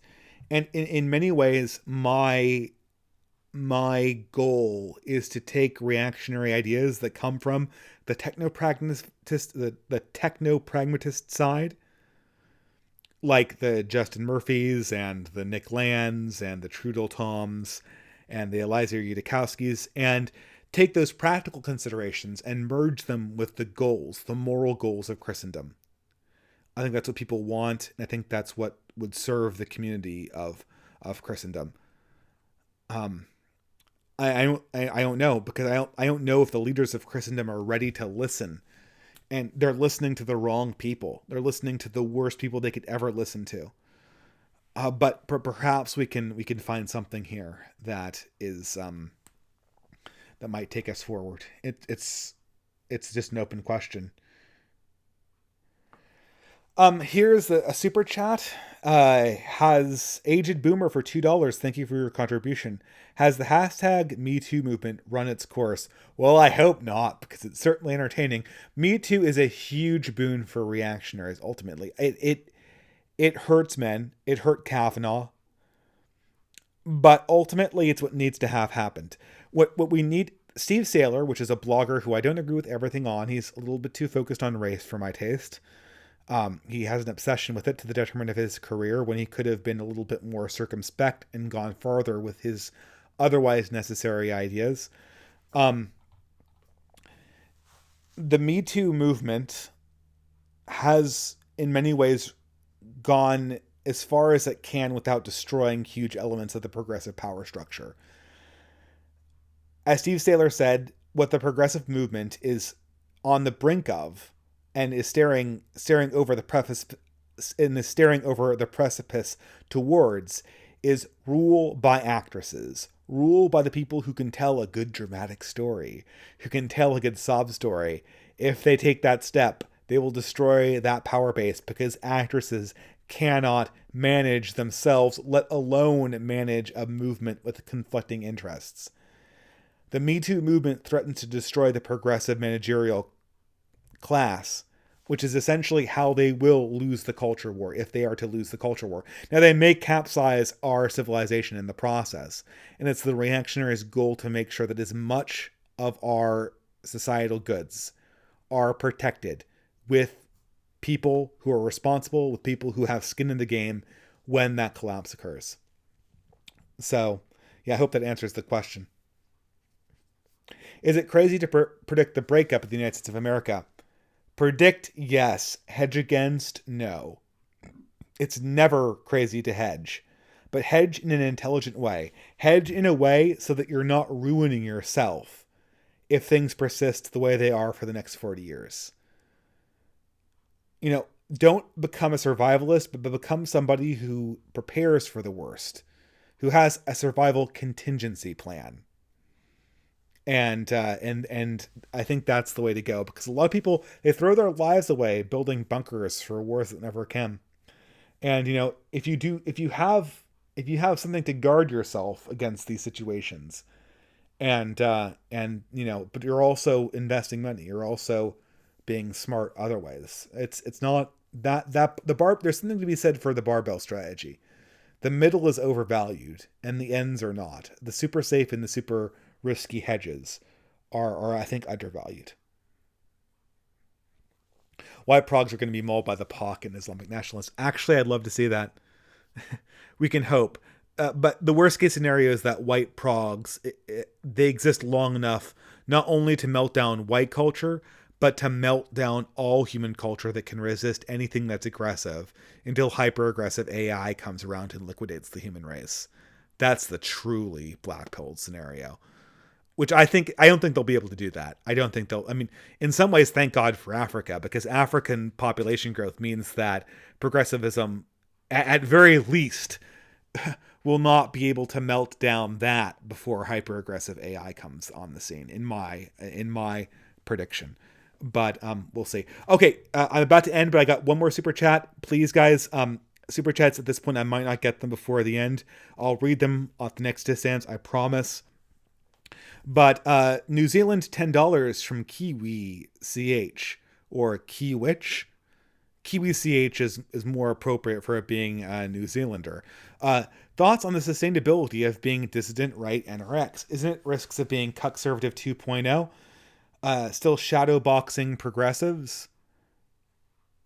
Michael Malice's conservatism is Prague driving at the speed limit. Yeah, there's a risk. There, I mean, in Mensch's Moldbike had this idea of passivitism, which is it's like activism, except you have passivitism as opposed to activism. It's a mouthful, and it sounds like passivism, which it's not. And the idea is that you don't directly oppose institutional power; you just try to build within it. There is a risk of this happening if we become lazy. If we don't ask ourselves what we're building for the future, if we don't ask ourselves what we actually have to show for our actions. I don't want to shadow box with progressives anymore. I want to see if we can't build a conversation that the mainstream cannot ignore. And in many ways, as much as I hate IBS, it was trying to do something like that, kind of. Although I think ultimately what I said about IBS was correct, that because it was so contentious and uncensored, the mainstream could, in fact, ignore it very easily. I can't tell you that what we're trying to do here is going to work. I think it's going to work, otherwise I wouldn't be doing it.